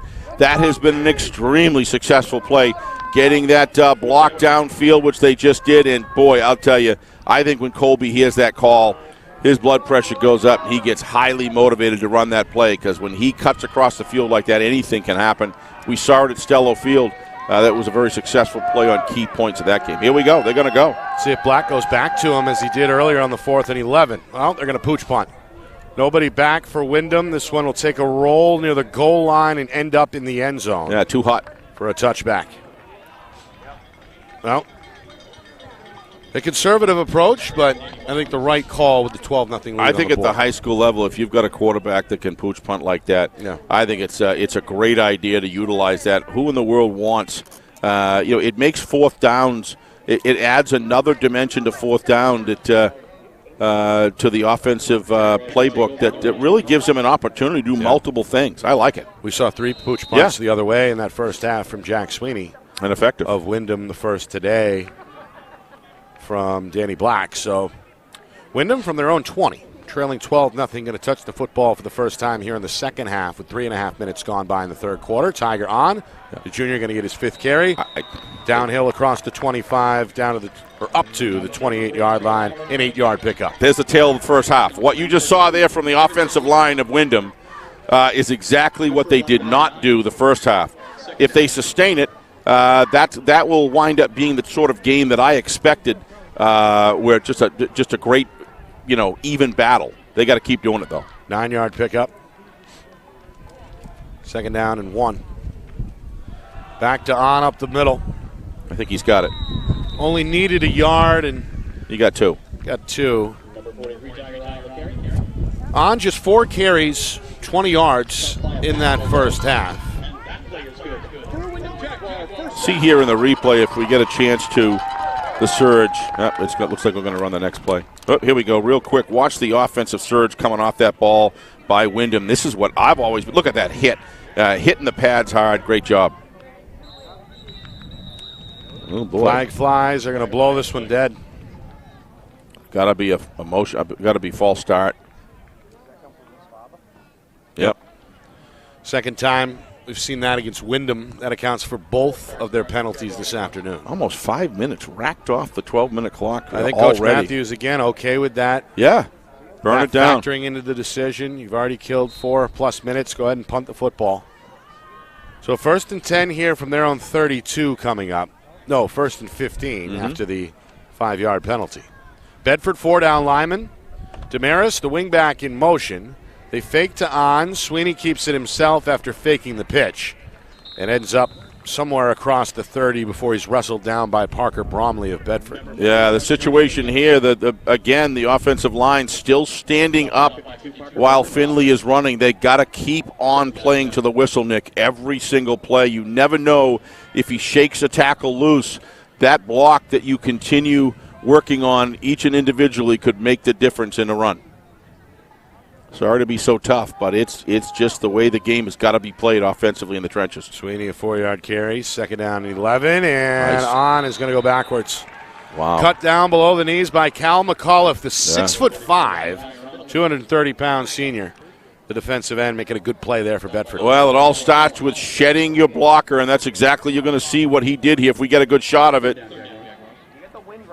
Yep, he shed his blocker, and he just kept his vision forward, looking for the ball. Nice play. Big down here. Midway through third quarter. Jaguars hoping to keep the drive alive. 3rd and 12. Play action. Sweeney exits the pocket. Henry Shawn in pursuit. Throws it down the far sideline. Snow able to elevate. Did he pick that off? Yeah, it was a fight on the way to the ground, and Snow does have the football for Bedford. It's the game's first turnover. How much did they really lose, though? If you're going to kick a punt, you might have gained an extra 10 yards on it. So not the game's first turnover. Snow had the pick. Correct. Back in the first half. I forgot about that. It was on a tip ball towards the end zone that ended up with Snow. Was that Snow or Taliaferro? That was Taliaferro. Yep. Okay, so each with an interception for Bedford. So 2-0 in the turnover category. So down the 30-yard line, you're on there 40. It's a 10, 20, 30-yard gain. Didn't really lose much of what a punt would have been anyway. So I think that's why Sweeney just threw it. Midway through third quarter. No change since halftime. Still a 12-0 Bulldog lead. Snow. Here he comes near side. A good block. He's coming back. And again, a late flag here in the backfield. Yeah, just literally grabbed around the arm of the point of attack tackler. You're going to see it clear as day here. And yeah, watch on the bottom part of your screen, or left side of your screen there. You just no, not there. You got to probably from the other angle, but it was definitely holding. It's another hold against the Bulldogs. Yep. You can hear some groans coming from the visitor side.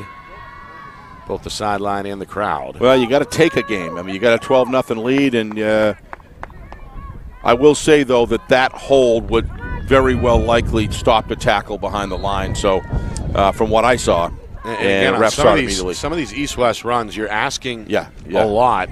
Yep.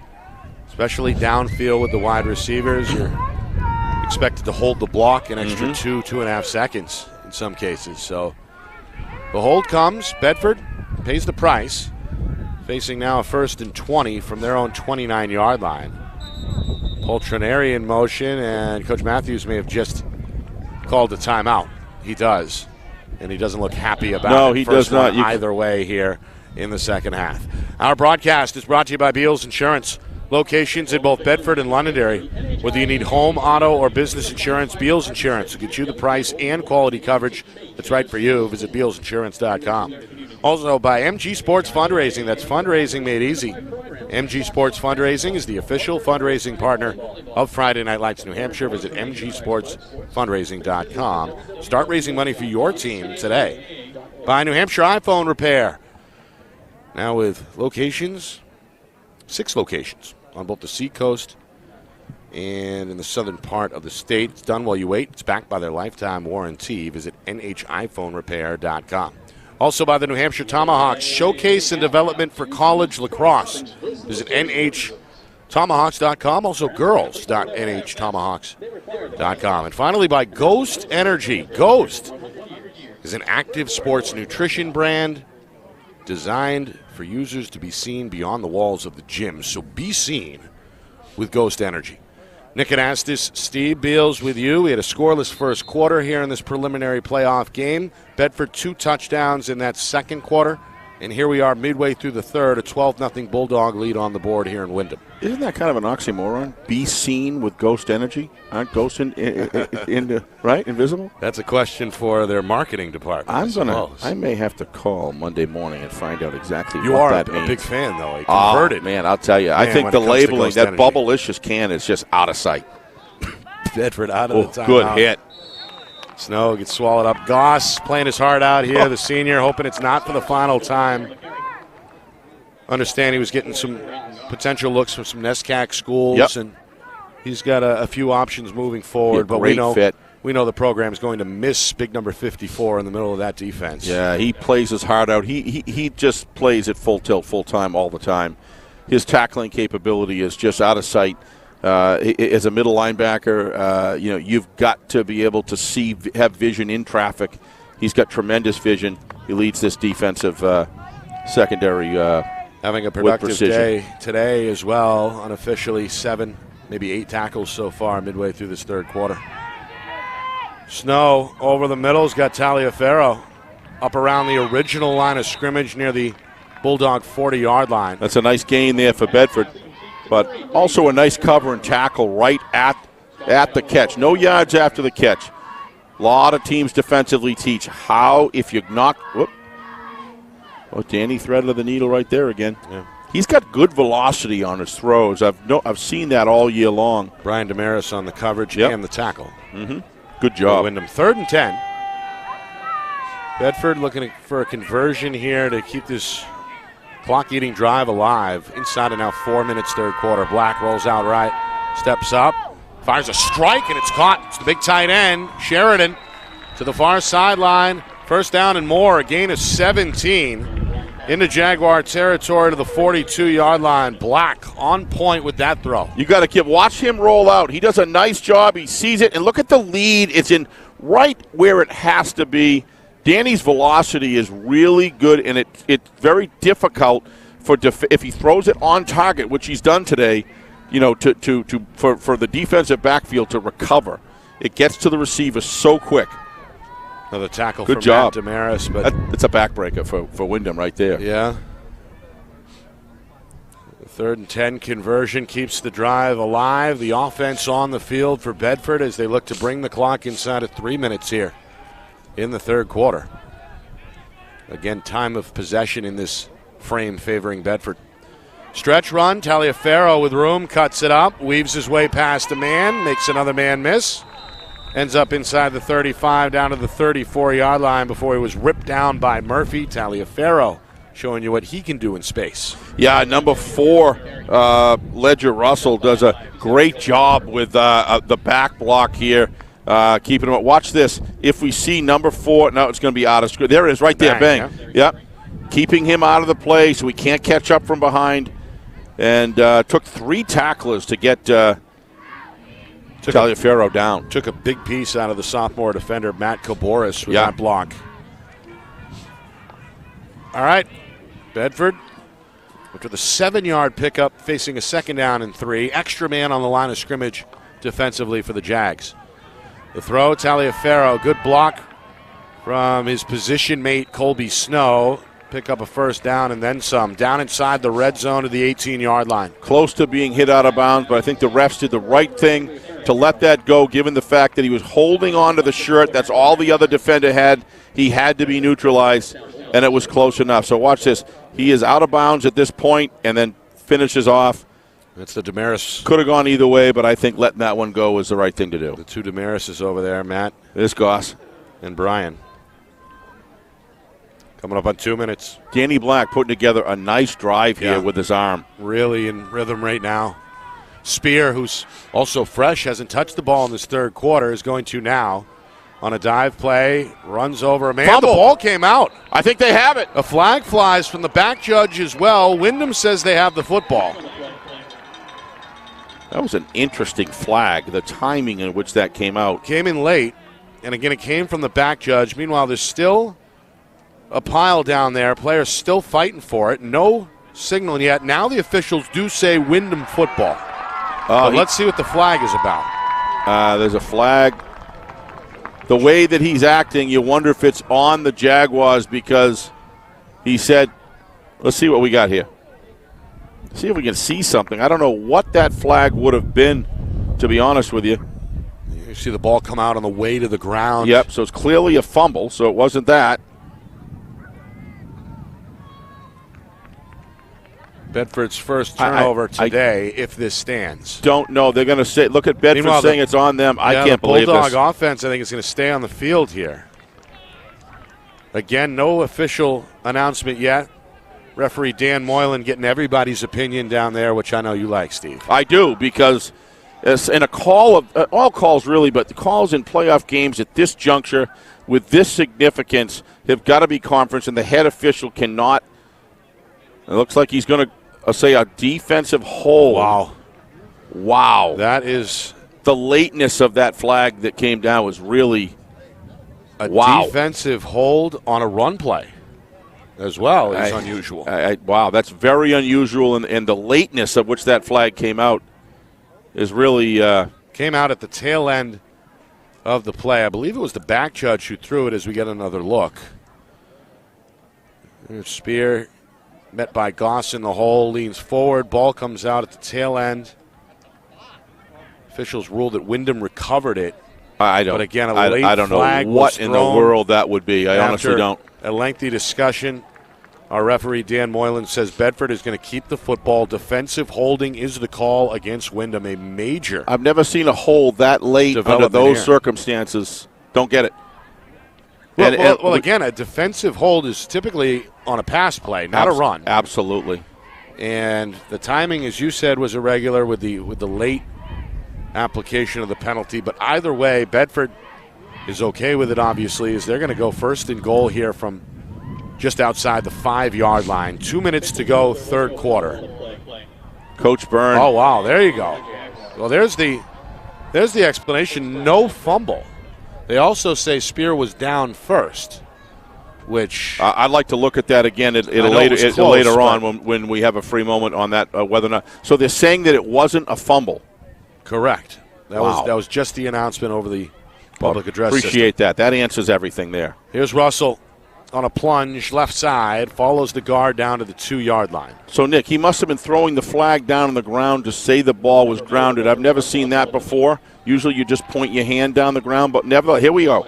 We're going to get a good look. There's Danny. Here's the carry for Spear. Here's the tackle. And where clearly a fumble. Yeah, I don't see the knee or the elbow down before I don't see anything anywhere near. But anyway, at least that makes sense that if it's a judgment issue, it is totally up to the officials to make that call, not us but up here. But that doesn't explain the flag. I respect that, but it's just the flag, I think, was just maybe an inerrant mistake. Second and goal from the 3. Back to Spear, and he's cut down. Tackled around the waist. That's Lisa who jumps into the backfield. Just to be clear, they've gotten him for a yard lost. Yeah, they're going to back him up to the 4. Yep. Third and goal. Meanwhile, there's a Jaguar shaken up here.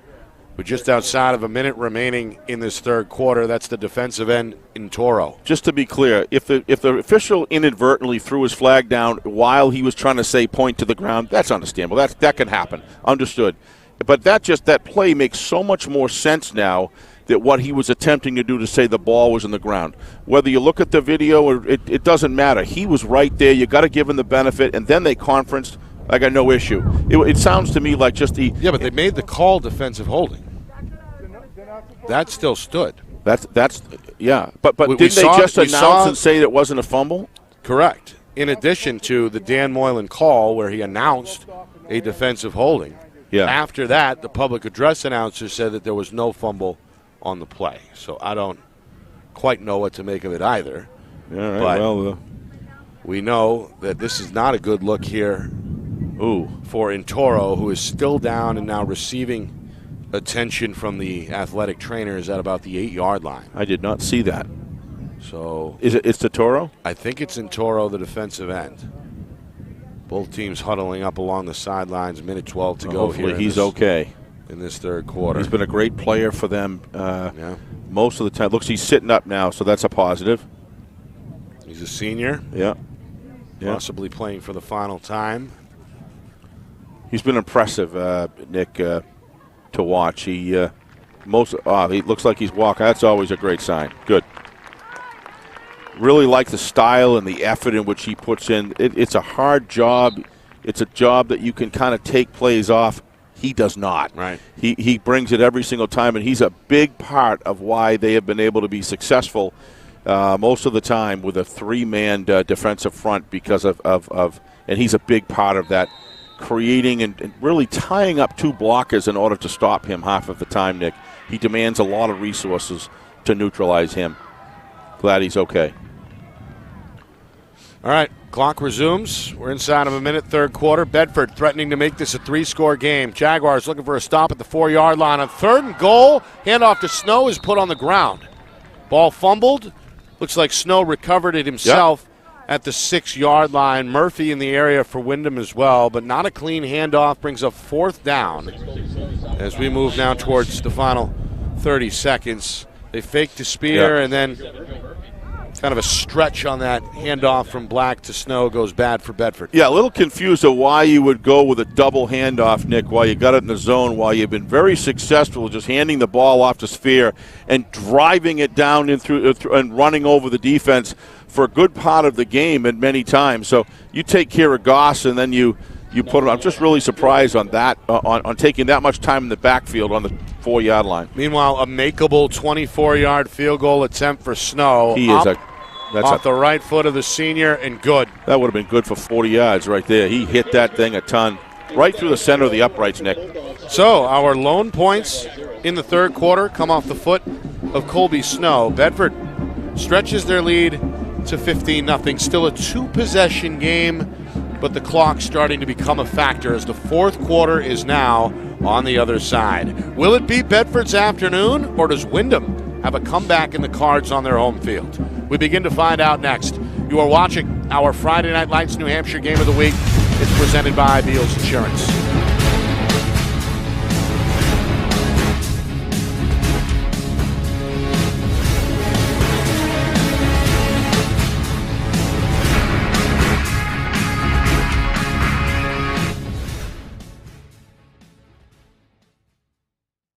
Our broadcast today, as it always is brought to you by Beals Insurance Agency, with locations now in both Bedford and Londonderry. Whether you need home, auto, or business insurance, Beals Insurance will get you both the price and quality coverage that's right for you. Just call 603-471-9999 or visit BealsInsurance.com to request a free quote and start saving money today. Again, that's BealsInsurance.com.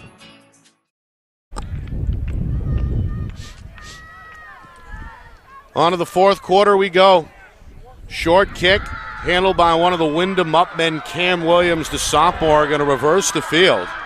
Tiptoe along the sideline, looking for the 25, but won't get there. Wrestled down by Soden on the tackle for Bedford. Nick Anastas, Steve Beals with you. Bedford and Windham fighting for the right to get to the quarterfinals. Nashua North awaits the winner. Bulldogs, a couple of touchdowns in the second quarter. A Black to Snow hook up first, and then a 2-yard run for Logan Spear. 12-0 Bulldogs at halftime. They had 3 more on the final play of the third quarter off the foot of Snow from 24 yards out, and here we are, 15-0. Time now of the essence. Less than 12 minutes in regulation remaining for Windham. Out of the pistol, Sweeney puts a man in motion, hands off to On, back to the defense, pedals his way up to about the 28-yard line, a gain of 3. On, by my count, now 33 yards on 8 carries this afternoon. Yeah, Bedford kickoff team did a great job there swarming to the ball, Nick. The speed has been full tilt today. Special teams they're doing a good job on special teams as well. Sweeney gonna roll left in pursuit. Henry Shaw, the throw down the middle, incomplete. Sheridan on the chase. May have forced an early throw there, but closest receiver was Jake Machichi over his head, incomplete, 3rd and 5 on the way. Yeah, I thought Jake had a chance to intercept that ball, but he kept it. Watch him. He turns around, starts running upfield into the play. I think if he had continued on his cross route, he probably would have had a chance to intercept that. But had Gradinskis breathing down his neck. But that's what they really need right now, Nick. Something like that to change the direction here, and that would have been an opportunity for them to do it. 3rd and 5. Will they stick with the pass game? Sweeney lost the ball. Picked up on the run by Sheridan, and Bedford's got their 3rd turnover. Wow. The junior able to scoop it up in stride, returns it down inside the 15 to the 11-yard line. Boy, it's just all done from the energy level in which Bedford's playing for. We talked about it on Gridiron, Nick. We felt as though when we talked at the end before the show ended on Thursday night that Bedford was going to come out angry. We thought both teams were going to come out angry. Bedford is certainly on all 3 phases of the game done that, and they're playing with a lot of passion, and that's what happens. Got to credit Cal McCullough as you well. Do. Absolutely. Defensive end stripped it, forced the fumble, and his position mate on the other end, Sheridan able to pick it up. Touchdown saving tackle made there for Windham's Brandon Beelan. Really, if Bedford can even get a field goal, that's really going to put this game in a very difficult hill to overcome. Yeah, field goal makes it a 3-score game. Up the middle, Russell on 1st down, looking for the 10-yard line. That was Spear, I believe, wasn't it? No, you're right. Yeah. Spear going to get... Unless Russell gained about 30 pounds of bulk at halftime. That's a 3-yard gain for Spear. Spear, 10 carries, 85 yards in the first half. He's alone. And then lost the fumble, or didn't lose the fumble. It's still debatable there at the end of the 3rd quarter. I'll say. But all in all, just 2 carries since halftime for Spear. Yeah, but the first half, he was the game changer, really, Nick, with the ball. He was a huge factor in just... Pick up a 3, 2nd and 7. Now they do go to Russell. He goes up the middle, and he bulldozes his way into the end zone for the touchdown. Brought Lisa for a ride with him. Bulldogs make it a 3-score game as Russell able to plunge it in. And just like that, it's 21-zip. Yeah, I mean, that's just the way that things have gone here. With Bedford, just the offensive line. I don't know if you said they were... Yes, he did carry him in, but it's the offensive surge that gets off the line. Look at he gets 3-4 yards past the line of scrimmage before he gets hit, and he's just got too much of a load of steam. Great job. Extra point try from Snow, up and good. Bedford now, I would think. No good. Spoke too soon. Good. Yeah, I thought it was right through the upright. Just so tough at this angle to tell. He kicks the ball so high. It's above the top of the upright. So one area... Tough to judge. Actually, 2 areas. You talked about one, Nick, earlier about the penalties at Bedford that they've had. That's an area of concern. They got to be able to sharpen up. But also the extra points have not gone too well tonight for the Bedford on that special teams element of play.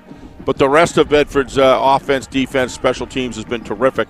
And I think it's fair to say they're kind of making a statement at this point at 21-zip with 10:20 to go. Yeah, Bedford, after a scoreless first quarter, got on the board. 19-yard hookup from Black to Snow early in the 2nd quarter. Extra point was blocked. Logan Spear, a 2-yard touchdown run midway through the 2nd quarter. 2-point try was denied. 12-0 was Bedford's halftime lead. A field goal on the last play of the 3rd quarter from Colby Snow made it 15-zip. And then following the interception, Bedford capitalizes on the short field. Ledger Russell from 12 yards out. Makes it 21-0, extra point missed. Nick, I think another... This one's going to bounce out of bounds for the second time this afternoon. I think another factor in this game has been 3 different times that I can count where Bedford had like 3rd and 15 or 3rd and 17, and they were able between 3rd and 4th down be able to achieve those first downs, which really was instrumental in allowing Bedford to keep the football and just keep the defense of Windham of the Jaguars on the field for extended periods of time. And I think that's been a factor today as well. The defense has got to, 3rd and 17, the defense has got to make those stops. Yeah, and of course, as we talked about with Coach Matthews and Coach Byrne pregame, turnovers. Sometimes it really does become that simple. Today, Bedford forcing 3 giveaways, Jaguars only 1. This one down the sideline, incomplete. Stretch pattern, trying to hook up with Crow 2, the receiver. Couldn't catch up with that one. 2 minutes into this 4th quarter. 2nd and 10 facing the Jaguars. How many times have we seen Josh Sweeney get flushed out of the pocket? He has not been able to ever get comfortable in that pocket to when he goes back to throw. And then just a terrific job of chasing him down. A lot of times they get out of the pocket and there's nobody there. The defense of Bedford has just swarmed him after he runs out of the pocket and give him no opportunities to really get comfortable throwing. 2nd and 10. Sweeney, handoff on to midfield. No, the 40. Before he's met and dropped by Rizzo. Another 5 yards for on. 3rd and 5 coming up. Stopped by 32, Jack Rizzo. Well, a reminder, Thursday we're back on the air. FNL Gridiron will preview the quarterfinal round in Division I with head coaches, players, and media members live at 6 o'clock, again, only on our YouTube channel, FNLNH Media. Sweeney, good option run there for the senior quarterback. Got a tiptoe out of bounds just shy of midfield. A first down and then some on a gain of 9. Yeah, got some blocking downfield there on the outside. And that's all Josh Sweeney needs on the keeper there to turn around the corner. He's been contained most of the day very effectively, and that he's not an easy guy to contain in a football field. So you got to give Bedford defense a lot of credit. But he got just a couple blocks downfield. Sweeney going to put Beelan in motion. Again, the pressure from the backside forces a throw out of bounds, incomplete. Mm-hmm. Well, I'll tell you what, Kevin Sheridan has looked good. Fumble recovery, a couple of tackles for a loss, and he's been constantly breathing down the neck of Josh Sweeney. Well, it's a pretty good tandem. So many bookending that defensive line for Coach Matthews. We've talked about it before, of course, but really making an impact today, both McCullough and Sheridan. How many players have we talked about during the game with their effort? It's a team effort. There's no question. It's really developing into a body of work that's put together by the whole defense, really. On dropped by Wizzo at the 46-yard line. Gain of 4. That one fired up the Bedford sideline. Other than that fumble issue down the other end, to me, the big key play was when they were able to get Colby Smith on that cross pattern and got 14, 15 of the 18 yards they needed on that 3rd down, and that just changed it after they got the 1st down. Sweeney back to the air on the play action. And that one incomplete. Again, he's got no facing time. Pressure, yeah. McCullough. No time. Put him down at the 40 just upon the release. Incomplete on the far sideline, and now a 4th down and 5. Coming up, and I'd imagine Coach Byrne's going to go for it with 3 minutes gone by in this 4th quarter. Yeah, I would definitely think so. I mean, you're down 3 scores at this point. You've got to either go after it now because you may not even get another opportunity again on a long, sustained drive. But we'll see what happens. 4-man front for Bedford. Bulldogs trying to force another turnover on downs. Sweeney. Sheridan finally cracks through. Sweeney's going to roll out left. Now going to tuck and run past the line of scrimmage. When he cut down and scissored. He took a pop. A couple of yards shy. A late flag is going to fly. Yeah, I think they're going to get Sweeney is shaken up. I think they're going to get a shot to the head here. Yeah, Rizzo. Yeah. Involved in the collision there for Bedford. Not happy about the call. Yeah, they gotta get him off of the football field. Yeah, he's Sweeney's not going to stay on. His teammates are going to help him to the sideline. I don't know what have him moving right now. I might let him sit down and get a rest. He took a shot, Nick. I apologize. We didn't get a chance. We were watching the field. If we could see that again. And Josh is. This might be helmet to helmet. Yeah. I don't think there's any it looks doubt. like a penalty is coming here against the Bedford defense. Yeah, you're going to see it here. A personal foul. Anytime a quarterback leans forward, that's why they create the slide. Anytime they lead forward, he's trying to get a first down for his football team, and he's in a vulnerable position when he twists. Watch what happens here. And then he twists, and then bang, he took a shot. The Snow came in at the end who got him. Yep. Coach Matthews not happy with the call. I think if he looks at that again, Nick, I don't think there's any doubt that has to be a play that's a penalty that's called there, not even a question. First down, that keeps the Windham offense on the field as the drive continues. There's a new quarterback in. This is Billy DiPietro, the junior. DiPietro is flushed out. DiPietro, looking for the sideline, is helped out of bounds by Rizzo. Takes a jump over the fence. Wow, I'll tell you. Caught up around the waist there. Scary moment there, but DiPietro okay. This game is getting physical. It's had its moments, and this is another one. Rizzo is taking the meaning play to the whistle very literally here, as you see. Yeah. He was in bounds. It was clean. And then the momentum to that short distance to the fence just almost carried him all the way over. Boy, he had a couple older fellas there helping him right out. That was good to see. 3 receivers set. Nearly 4 minutes in, fourth quarter. DiPietro, clean pocket, lets one loose, and it's knocked away. Great defensive play there. Poltroneri over the top. He's had a game, has he not? He denies the intended target, David Croteau, and it brings up a third down here for Windham. Special teams, offense, defense, he's just done it. That's just a great defensive play. Looking back at the ball as they're supposed to. Having a heck of a game. Having a heck of a game in all phases. Yep. Nice job. All right, Bulldogs hoping to bring up a fourth down here with a stop, trying to ultimately preserve this shutout. 21-0 lead on the board. Windham with DiPietro, the junior, at the controls. Going to roll him out right side. He keeps it himself, but he's going to be stopped shy of the 20-yard line. Another big hit at Bedford sideline, fired up. Sandy Urso, the junior, in there leading the effort defensively. So fourth down. And what is going to be the call here for Coach Byrne? He's clearly has to go. Right. DiPietro staying on the field. 4th and 5 after the ball is spotted just inside the 22-yard line. He doesn't seem like he minds contact himself too much there, Billy DiPietro. No. Thrown into the fire here and hit the ground running so far. Beelan in motion, play action. They'll let him throw on 4th. He's going to pump, draws a flag, but he's spun down for a sack. I'm sure this will be declined. That's Bedford's Jake Sheff, the sophomore, in there, got him down, but again, a flag on the play down inside the 28-yard line. Yep. So Bedford Bulldogs takes over. Yep, they're going to deny the call or decline the call. So the holding thrown out the window. Bulldogs will take the possession and look to chip away at this clock now with just over 7.5 minutes remaining in regulation. Yeah, they're just trying to hold on there for dear life, holder or not. It's what are you going to do? I mean, you got your quarterback stuck in the pocket there, nowhere to go, and a clutch or a grab's going to happen. We see Sweeney on the far sideline, doing some sprints, trying to get right and get back in the game here, doing a couple of up downs. No way. Behind his teammates. No way would I let him back in the game. That was a shot, Nick, from the side. You know, it's one thing. Senior hoping to close out his career on the field. Yeah, he's a tough kid. Had a great high school career, too.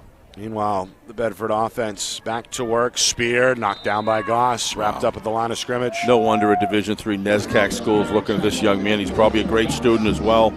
And he's going to get his money's worth in his last football game if they cannot overcome this 21-point deficit with 7:19 left. It's a tall order to do. It's possible, but it takes a mistake. A couple mistakes by Bedford, maybe. But that's a long journey. Yep, and we know Coach Matthews now going to maximize that play clock. Burn it. So they'll wait to the last second here for the snap. We're inside of now 7 minutes to go, approaching the midway point, fourth quarter. Black takes a high snap, the hand to Spear. He zigzags his way across the 30 before he's halted by Damaris at about the 33-yard line. Nice little situation going, not nice, but I mean it's a situation going down here where you see Goss. Every play he's just maximizing. You can tell that he feels so much about this game, about the school that he plays for. He plays with as good a passion today as anybody else on the football field.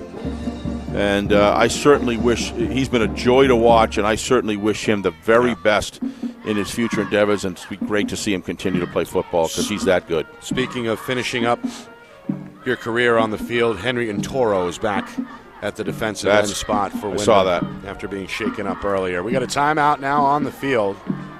Coach Matthews is going to burn one here at the midway point, fourth quarter. His team looking good, 21-0, Steve. I don't know if it's too early or not to take a look down the road, but we know Nashua North is awaiting the winner, and that may set up a rematch of week number 1, Bedford at North. That was a game that really one play still jumps out in the minds of many.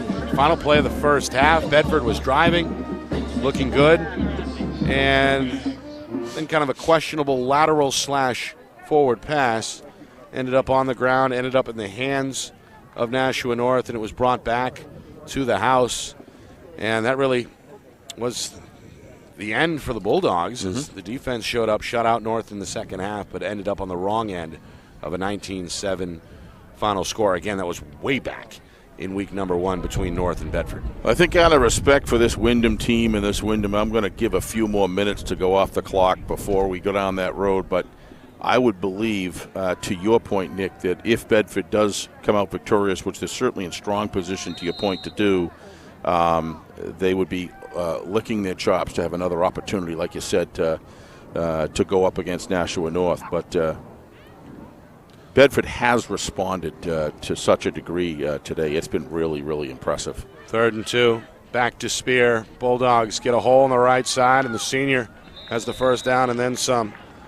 Across the 40 to the 43. They're going to move the sticks yet again after a 10-yard pickup for Spear. Over 100 yards today. What was your assessment of that game, Nick? That was the first game that we did, if I'm not mistaken, all season long, right? Yeah. Well, it was field position and defense, especially in that second half. The score didn't change, 19-7. But again, that play was consequential. Bedford looking for the score and the lead before halftime. Instead, it's taken to the house 84 yards by Dwayne Brown. What a turnaround. It's a 19-7 game at that point, and Bedford was never able to recover. But again, that was nearly 3 months ago now.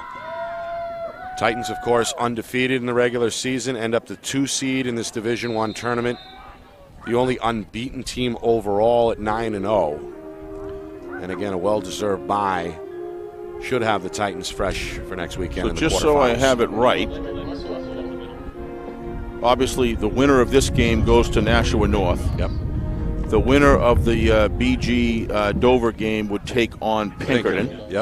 And then Pinkerton. And then the Merrimack, who has won their game, is at Londonderry. So there you go. And Timberlane is at Exeter. And Timberlane's at Exeter. Boy, those are 4 and it looks like fun games. It'll be Cardinals Astros next week. BG again had a 28-0 lead over Dover at last look. That game was at halftime. Russell not going to get much. Again, wrestled down in the hole. Lisa, he's going out like a G today too as well. The senior giving it everything. Damaris over there as well as classmate. I mean, this is a special group of seniors that are leaving it out all on the field. They're very close with Coach Burns since their days at the youth level. And you can see why last night. And again, a special story this season. The Jaguars turning around what was a 1-8 campaign from a year ago to a 6-2 regular season record and hosting a home playoff game here this afternoon. A group of guys that this community can be proud of, truly, from coaches all down. Looks like he's got an opening right there. No, a little bit of a bump. They're not going to give that flag. The defensive back was Crow 2, the Bedford student section upset. Colby Snow wanted a flag there. Quite frankly, I guess you could argue the case, but they're not going to get it. So, meanwhile, Crow 2 jarring with a couple of the spectators. Yeah, I see that. After that one. Watch this, folks. That is... well, definitely contact. Certainly falls within the constraints, but, you know, in this particular situation, didn't get the call. But, you know, we were talking about this Windham team. You know, we talked to Jack that night. You could see how proud he was of these young men. And as the clock winds down here and the hill gets steeper to climb in order to come up with a victory here, looks like Bedford's going to take it. But you got to give Windham a lot of credit for what the way they've played and responded this year.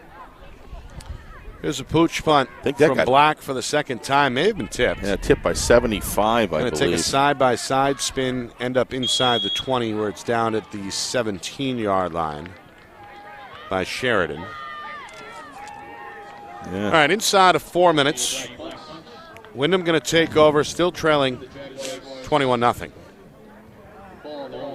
And most likely going to stick with the backup here. That is Billy DiPietro, the junior who took over for the injured Josh Sweeney.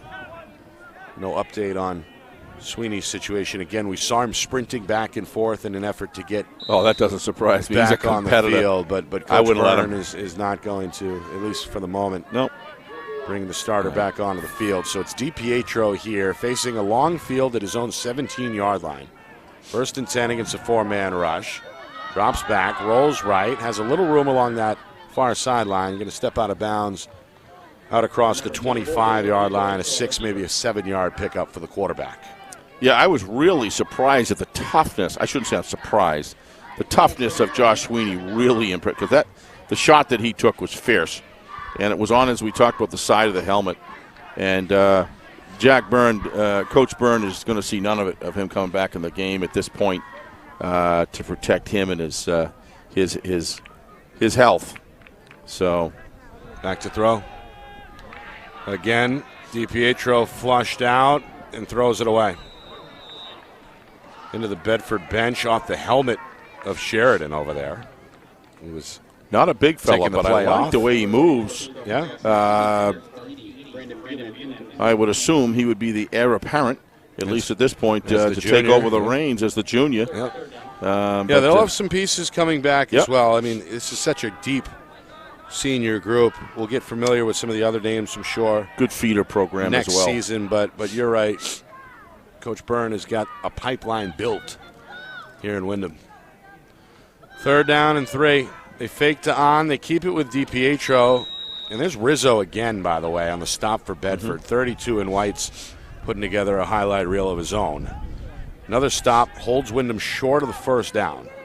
Or did I speak too soon? I did. It is a 1st down. They're going to give him a pretty good spot there at the 29-yard line. Meanwhile, the clock ticking down towards 3 minutes. Coming up after the game, our post-game show.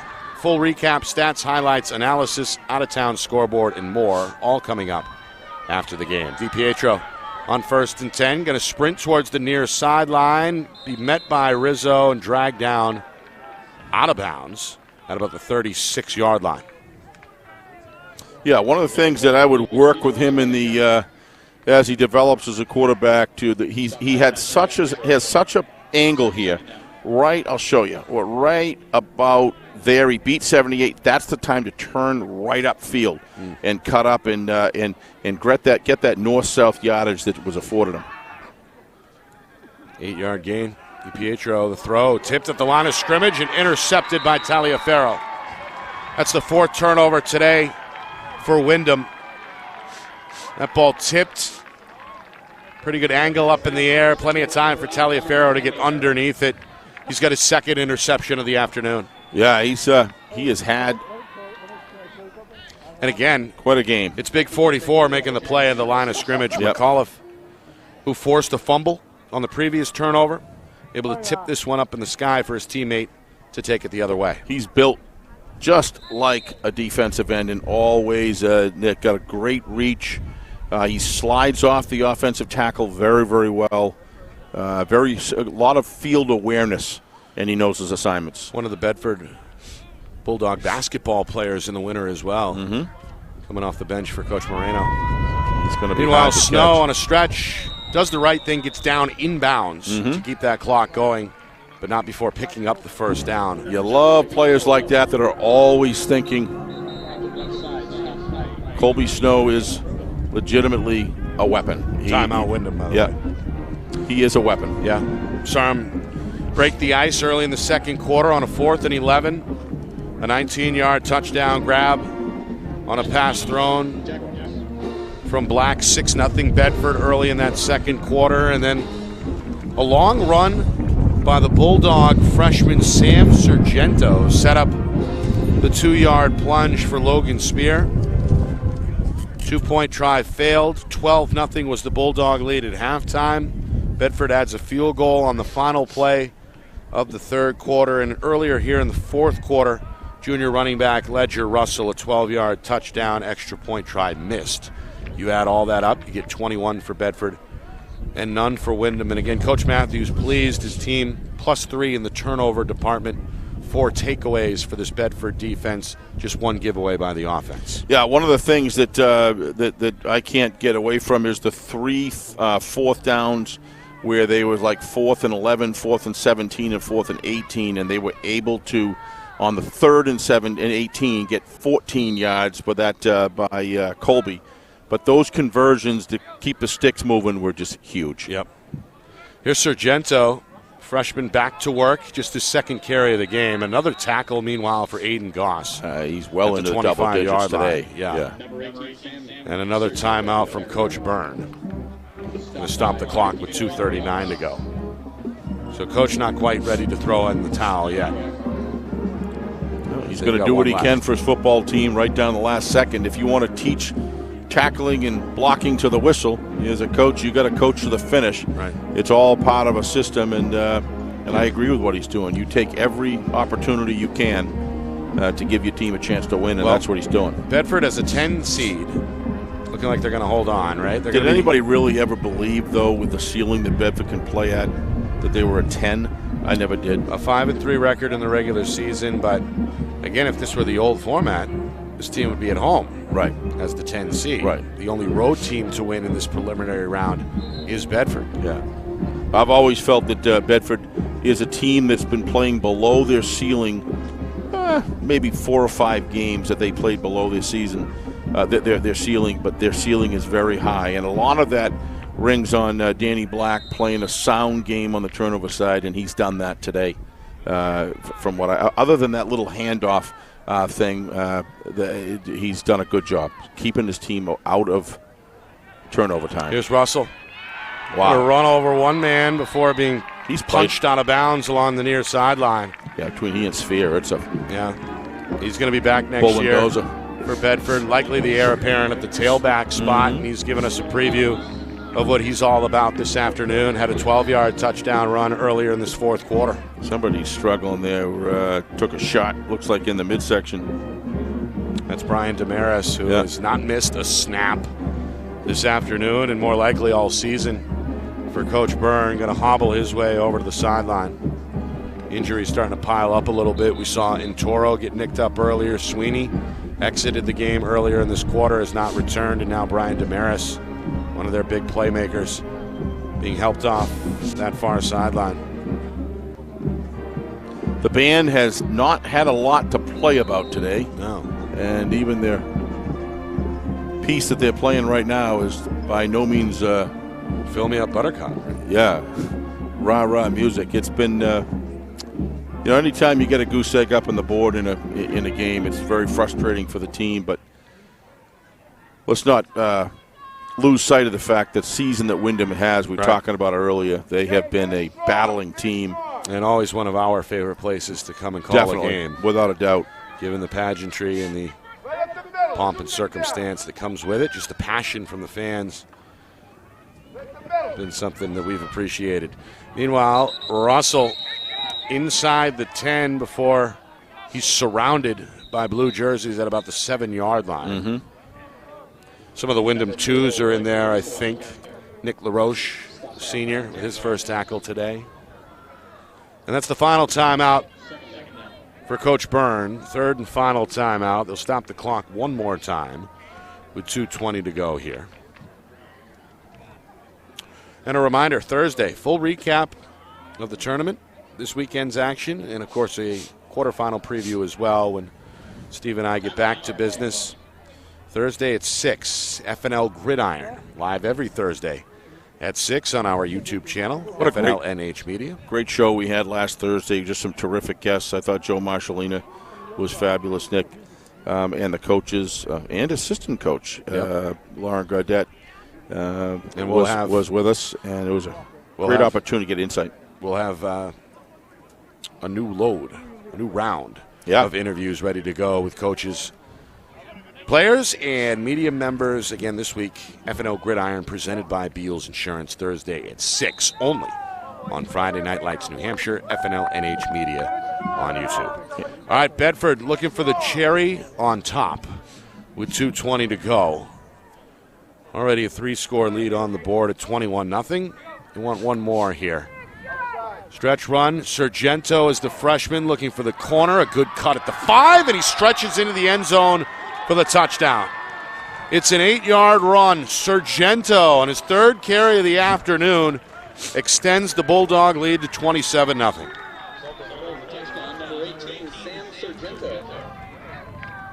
Well, Sargento, the only freshman that I know of to crack the lineup at the varsity level for Bedford in quite a while. Right? A rugged-looking ball player for a freshman, I'll tell you. So Coach Matthews getting some of his younger players in the game here at the end, seeing a little playoff action at the varsity level. Extra point try is up and good from Snow. His previous attempt missed. So 28-0. Well, I'd imagine that Coach Zach Matthews has got to be pleased with what his group was able to do today. Obviously, the result, 28-0, the shutout win on the road, being first and foremost. But really, some of the smaller things within the game went well for Bedford today. He really challenged his group up front, that offensive line, that defensive line after last week's loss against Merrimack, challenged his guys. They responded by all accounts in practice this week. And then on game day, they got off the bus ready to go. They went out and executed, controlled the line of scrimmage for the most part today, controlled the time of possession battle, won the turnover battle. Checked a lot of boxes, I guess, is my point, and that's got to go a long way, I'd imagine, in the mind of Coach Zach Matthews. You know, you could argue any team wanting to go in and face Nashua North would be a tough task, and you might say to yourself, is that really the draw I want to get? But with Bedford, they're going to be victorious in this game. I don't think they feel that way at all.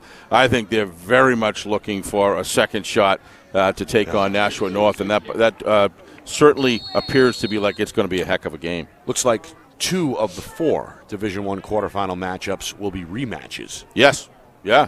As Timberlane and Exeter met in Plastow back in week number 5. That was a 27-23 Owl victory. The other 2, Londonderry and Merrimack, and BG Pinkerton, the other side of the bracket, if you will, are fresh matchups, so to speak. All right, on the return, Jaguar offense going to come out at their own 30-yard line. Just over 2 minutes to go here in this fourth quarter.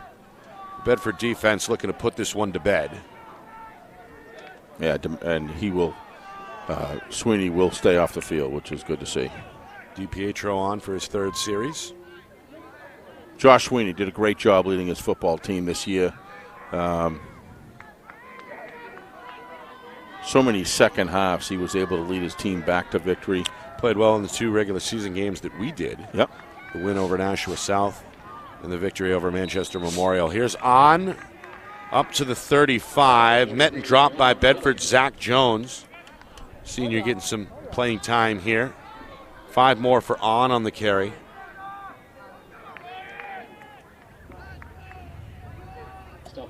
Who will be back next year. Yep. Contained today, only 47 yards by my count, but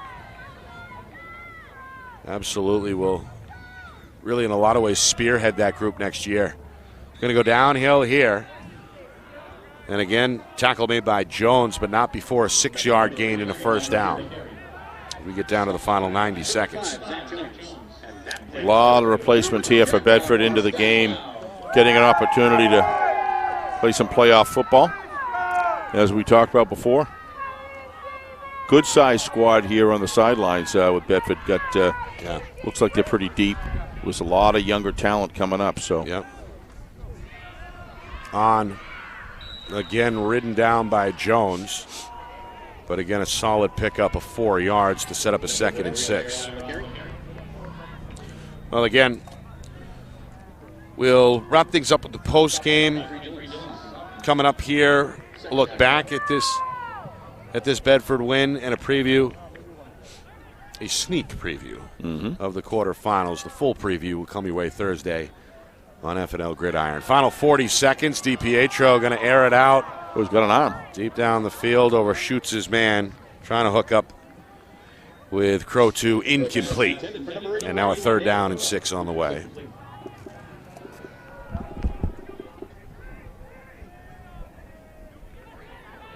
I'll tell you what, the Bedford coaching staff, they're still coaching up these guys. Oh, yeah. Well, this is a lot of different communications going on here on the near sideline. If you're looking for longevity in a program, you're always thinking of every opportunity to increase the weakest link and make them the strongest. Right. You can do that. 3rd and 6. DiPietro's got a man, but overshoots him again. Incomplete. A little bit of separation there. Jake Machichi, the intended target, but tough throw, got away from the junior. And now a 4th down and 6 coming up. 32 seconds remaining here in the 4th. This very well could be the last play. The horizon here, obviously past peak, but it is still gorgeous. Beautiful. They have the makings here of that they are, systematically building a great stadium. A 70-degree day on any day in November up here is one to celebrate. DiPietro, incomplete. Trying to hook up with Beelan on the rollout, and that will give Bedford the ball back. Windham is out of timeouts, so most likely a knee coming up here with 25 seconds remaining. Rolls out very well. You got good lateral, good athlete, good lateral movement here. Just overthrowing every receiver, which is just something he's got to tone down. They'll work with him on that. So knowing that you got he and Tiger on coming back, I don't know about the other personnel, but having those two to start with is going to be a well-deserved standing ovation coming from the Windham parents. Yep. As these seniors take the sidelines. And a shine of respect from the Bedford fans as well. They're on their feet here. Very nice. Showing some applause and respect. There's the snap, there's the knee, and there is the ball game. 28-0. Bedford, impressive. Today on the road, they jumped out in front with a couple of touchdowns in the second quarter and never looked back. That defense forced 4 turnovers today, and they win it running away. 28-0. Windham, after a 6-2 regular season, is eliminated, and it looks like our quarterfinal 8-team field is now set as Nashua North and Bedford will meet next weekend. Yeah, let's give congratulations to Jack Byrne and Windham before we move on to Bedford for a terrific season. The program has got the numbers, got the talent, and but Bedford today went a long way to increasing their position on the ceiling. I talk about certain teams have certain ceilings. Are you playing at what level? I think that the week of practice that we talked to Coach Zach Matthews about, he meant what he said when he said we had a good week of practice, but at the end of the day, you have to go out and execute on the field, Nick. And in pretty much every case, had some penalties and some holdings and things that in a tight game you're going to want to work through. But overall, Bedford's performance on all phases of the game I thought was extremely good. And I think the big thing that they wanted to overcome, if one thing was looming that they wanted to overcome, was to create an environment for that meets Danny Black's strengths and works with him to eliminate the turnovers. I did that, played a very sound game today. And I think the offensive line of Bedford in the first 3 quarters just dominated the game, and that was a difference as they come in front of the camera here. They're making a solid statement to Friday Night Lights New Hampshire and all of their fans, and they're pretty pumped up. So that's really good today. There's a guy right there, Mr. Sphere. Yeah. What a game he had to me, Nick. He was, I would say, if I had to pick a player on Bedford that was – if he can do such a thing, he was the guy. But it seemed like, especially in that first half, the offense revolved around the senior tailback. Unofficially ends up with 15 carries, 111 yards, and a touchdown. All right, we'll take a break, come back with the postgame show. Full recap on the other side, stats, highlights, analysis, plus an out-of-town scoreboard to get to on playoff weekend as well. You're watching our Friday Night Lights New Hampshire Game of the Week, presented by Beals Insurance. Our broadcast today, as it always is brought to you by Beals Insurance Agency, with locations now in both Bedford and Londonderry. Whether you need home, auto, or business insurance, Beals Insurance will get you both the price and quality coverage that's right for you. Just call 603-471-9999 or visit BealsInsurance.com to request a free quote and start saving money today. Again, that's BealsInsurance.com. Hey, I'm Chad, the owner of New Hampshire iPhone Repair. We're New Hampshire's most trusted and affordable repair shop for your iPhone, iPad, iPod, and even Android needs. Don't worry, we're affordable, reliable, and we back our parts with a lifetime warranty. And you know what the best part is? No, what? We can repair your phone while you wait. I know, that's why I'm here. Oh, I know, Mrs. Green. Here's your iPad, good as new. Bring your phone into New Hampshire iPhone Repair today. I'm Travis Kelsey, and this is Zen Water. The perfect alkaline water for sports hydration and the only water that's in a bottle that prevents ocean pollution. Ultra pure alkaline water in a bottle that prevents ocean pollution. Why would you drink anything else?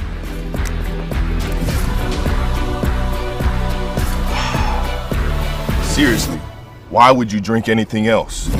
The New Hampshire Tomahawks promote the highest level of club lacrosse competition, not just in the state, but in the country. Looking to get recruited? Director Chris Cameron keeps an open dialogue with the nation's top college lacrosse coaches. Over 400 New Hampshire Tomahawks alumni have played at the college level, including the ACC, Big East, Big Ten, Ivy, NESCAC, NE10, and more. New Hampshire Tomahawks coaching staff has over 100 coaches, including current high school varsity and college coaches. The Tomahawks offer training for players of all ages, clinics, camps, and leagues, along with spring, summer, and fall elite teams. So play with the best. The New Hampshire Tomahawks, showcase and development for college lacrosse. Visit NewHampshireTomahawks.com and girls.nhtomahawks.com. How can you reach your team's fundraising goals at no risk and no cost? MG Sports offers a variety of products to make your team's fundraiser a success. Their products include tickets and discount cards to hundreds of local businesses. MG Sports now has a digital platform where athletes can raise funds in the comfort and safety of their own home. Don't waste another season. Raise more funds than ever before and become another football program in New Hampshire that sets fundraising records every season. MG Sports, fundraising made easy. Visit mgsportsfundraising.com to start raising money for your team today.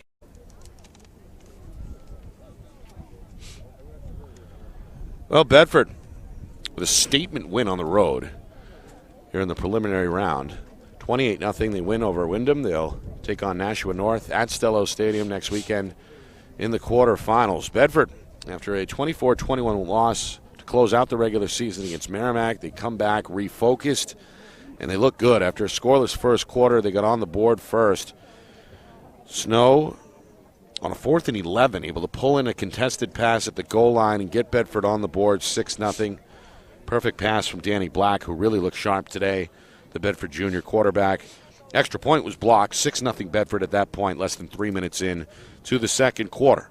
Midway through on the next drive, the freshman Sam Sorrento with a long run to set up a short plunge for the senior Logan Spear, led the effort today with over 100 yards on the ground for Bedford. The Spear touchdown made it 12-0. Extra point try was denied. 2-point conversion rather failed, and it stayed 12-zip. That was our halftime score as well. And then Windham tried to get something going in that third quarter, but again, the Bulldog defense forcing turnovers. All in all, 4 takeaways this afternoon. They keep Windham off the board. They add 3 more to their 12-0 lead on the final play of the third quarter. So it was 15-0 Bedford going into the fourth. And then a couple more touchdowns put this one to bed. Ledger Russell, who ran hard behind Logan Spear today, the junior, ended up with a touchdown coming from 12 yards out. Extra point missed, 21-0. Bedford early in the fourth. And then in the closing minutes, the freshman Sorrento back at it, able to score from 8 yards out. Extra point was good this time from Colby Snow. 28-0 ends up being our final score. So Windham, after a 6-2 regular season, they exit the tournament as the only home team to lose this weekend.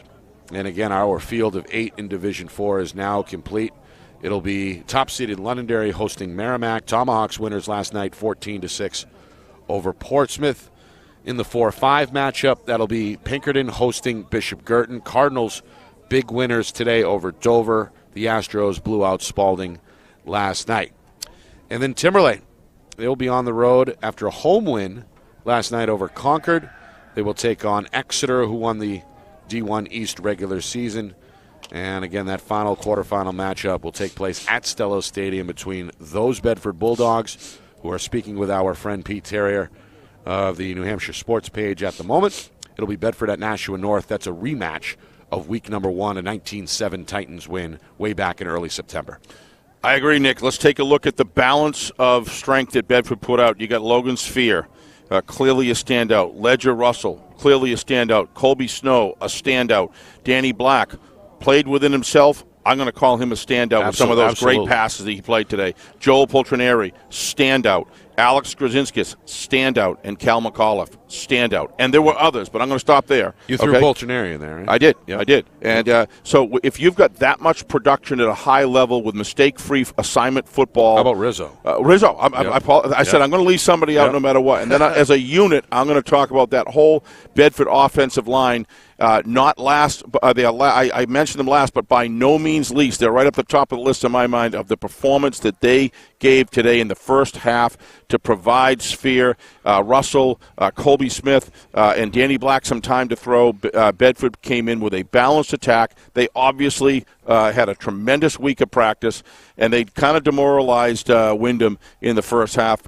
Windham had chances to be able to get the ball back early in there. They stopped the Bedford thing. They could have got the ball back. There were 3 different times, I believe, in the second half where it was at least third or fourth and 11 or beyond, and they weren't able to stop Bedford's offense. And to me, that was the one window of opportunity that Windham had to fight their way back in the game and stop playing a little downhill. Did not happen. Bedford deserved the win today, and they're going to get a shot at Nashua North next week. It's going to be a great game. We know that. Reminder, join us Thursday night, FNL Gridiron, presented by Beals Insurance, live from the Beals Insurance Studios in Bedford at 6 o'clock. We'll break down all 4 of these quarterfinal matchups in Division 1 with an eye on Divisions 2 and 3 as well. Again, that's next week. Or this coming week, Thursday at 6, only on Friday Night Lights New Hampshire. And it's presented by Beals Insurance. Steve, your final thoughts here. Yeah, let's not forget on that group, the coach Zach Matthews and the work that he did in this week. You come off a loss where you just get run over. You can do one of 2 things. You can not do the right things to get so your team folds, or you can challenge your football team to play to their best capabilities. And I think that Bedford even has a higher ceiling than this. They're going to need every bit of that when they go into Nashua North next week, because Nashua North showed me in the BG game that we did that they are for real. Yep. We always knew it anyway, but they are a really solid football team. But I give a lot of credit to Coach Matthews for getting his team ready. I give a lot of credit for Coach Byrne getting his team to a 6-2 record. It wasn't their day today, no question about it, but there's a lot to be proud of on the Windham Jaguar side. Absolutely. Congratulations to he and his team. Absolutely. All right. I want to thank our sponsors, Beals Insurance, New Hampshire iPhone Repair, the New Hampshire Tomahawks, MG Sports Fundraising, and Ghost Energy for the ongoing support. I want to thank John Hall, the athletic director here at Windham, saving us a spot up here on the roof. Always very welcoming. We appreciate working with John and his staff. I want to thank those 2 head coaches for joining us earlier this week. Absolutely. Great guys. Coach Matthews, Coach Byrne, Coach Gaudette as well, jumping on with us. So we appreciate them working with us this week. And, of course, for our crew here Tremendous at job. Friday Night Lights New Hampshire, our 3 videographers, Kristen Beals, John Barron, and, of course, Matt Beals as well, all taking direction from the man behind the curtain. That's our director back in the Beals Insurance Studios, Ben Beals. Another fantastic job this weekend in general. And, of course, it's all done under the guidance of our departed friend Craig Cardoni. We appreciate his contributions to us over the last year. May he rest in peace. We dedicate the rest of the season to Craig and his family. All right, for my partner, executive producer Steve Beals, my name is Nick Anastas, saying so long. Final score, final time, Bedford 28, Windham nothing. It's been a presentation of the 2022 NHIAA Division I football playoffs right here on Friday Night Lights New Hampshire, presented by Beals Insurance.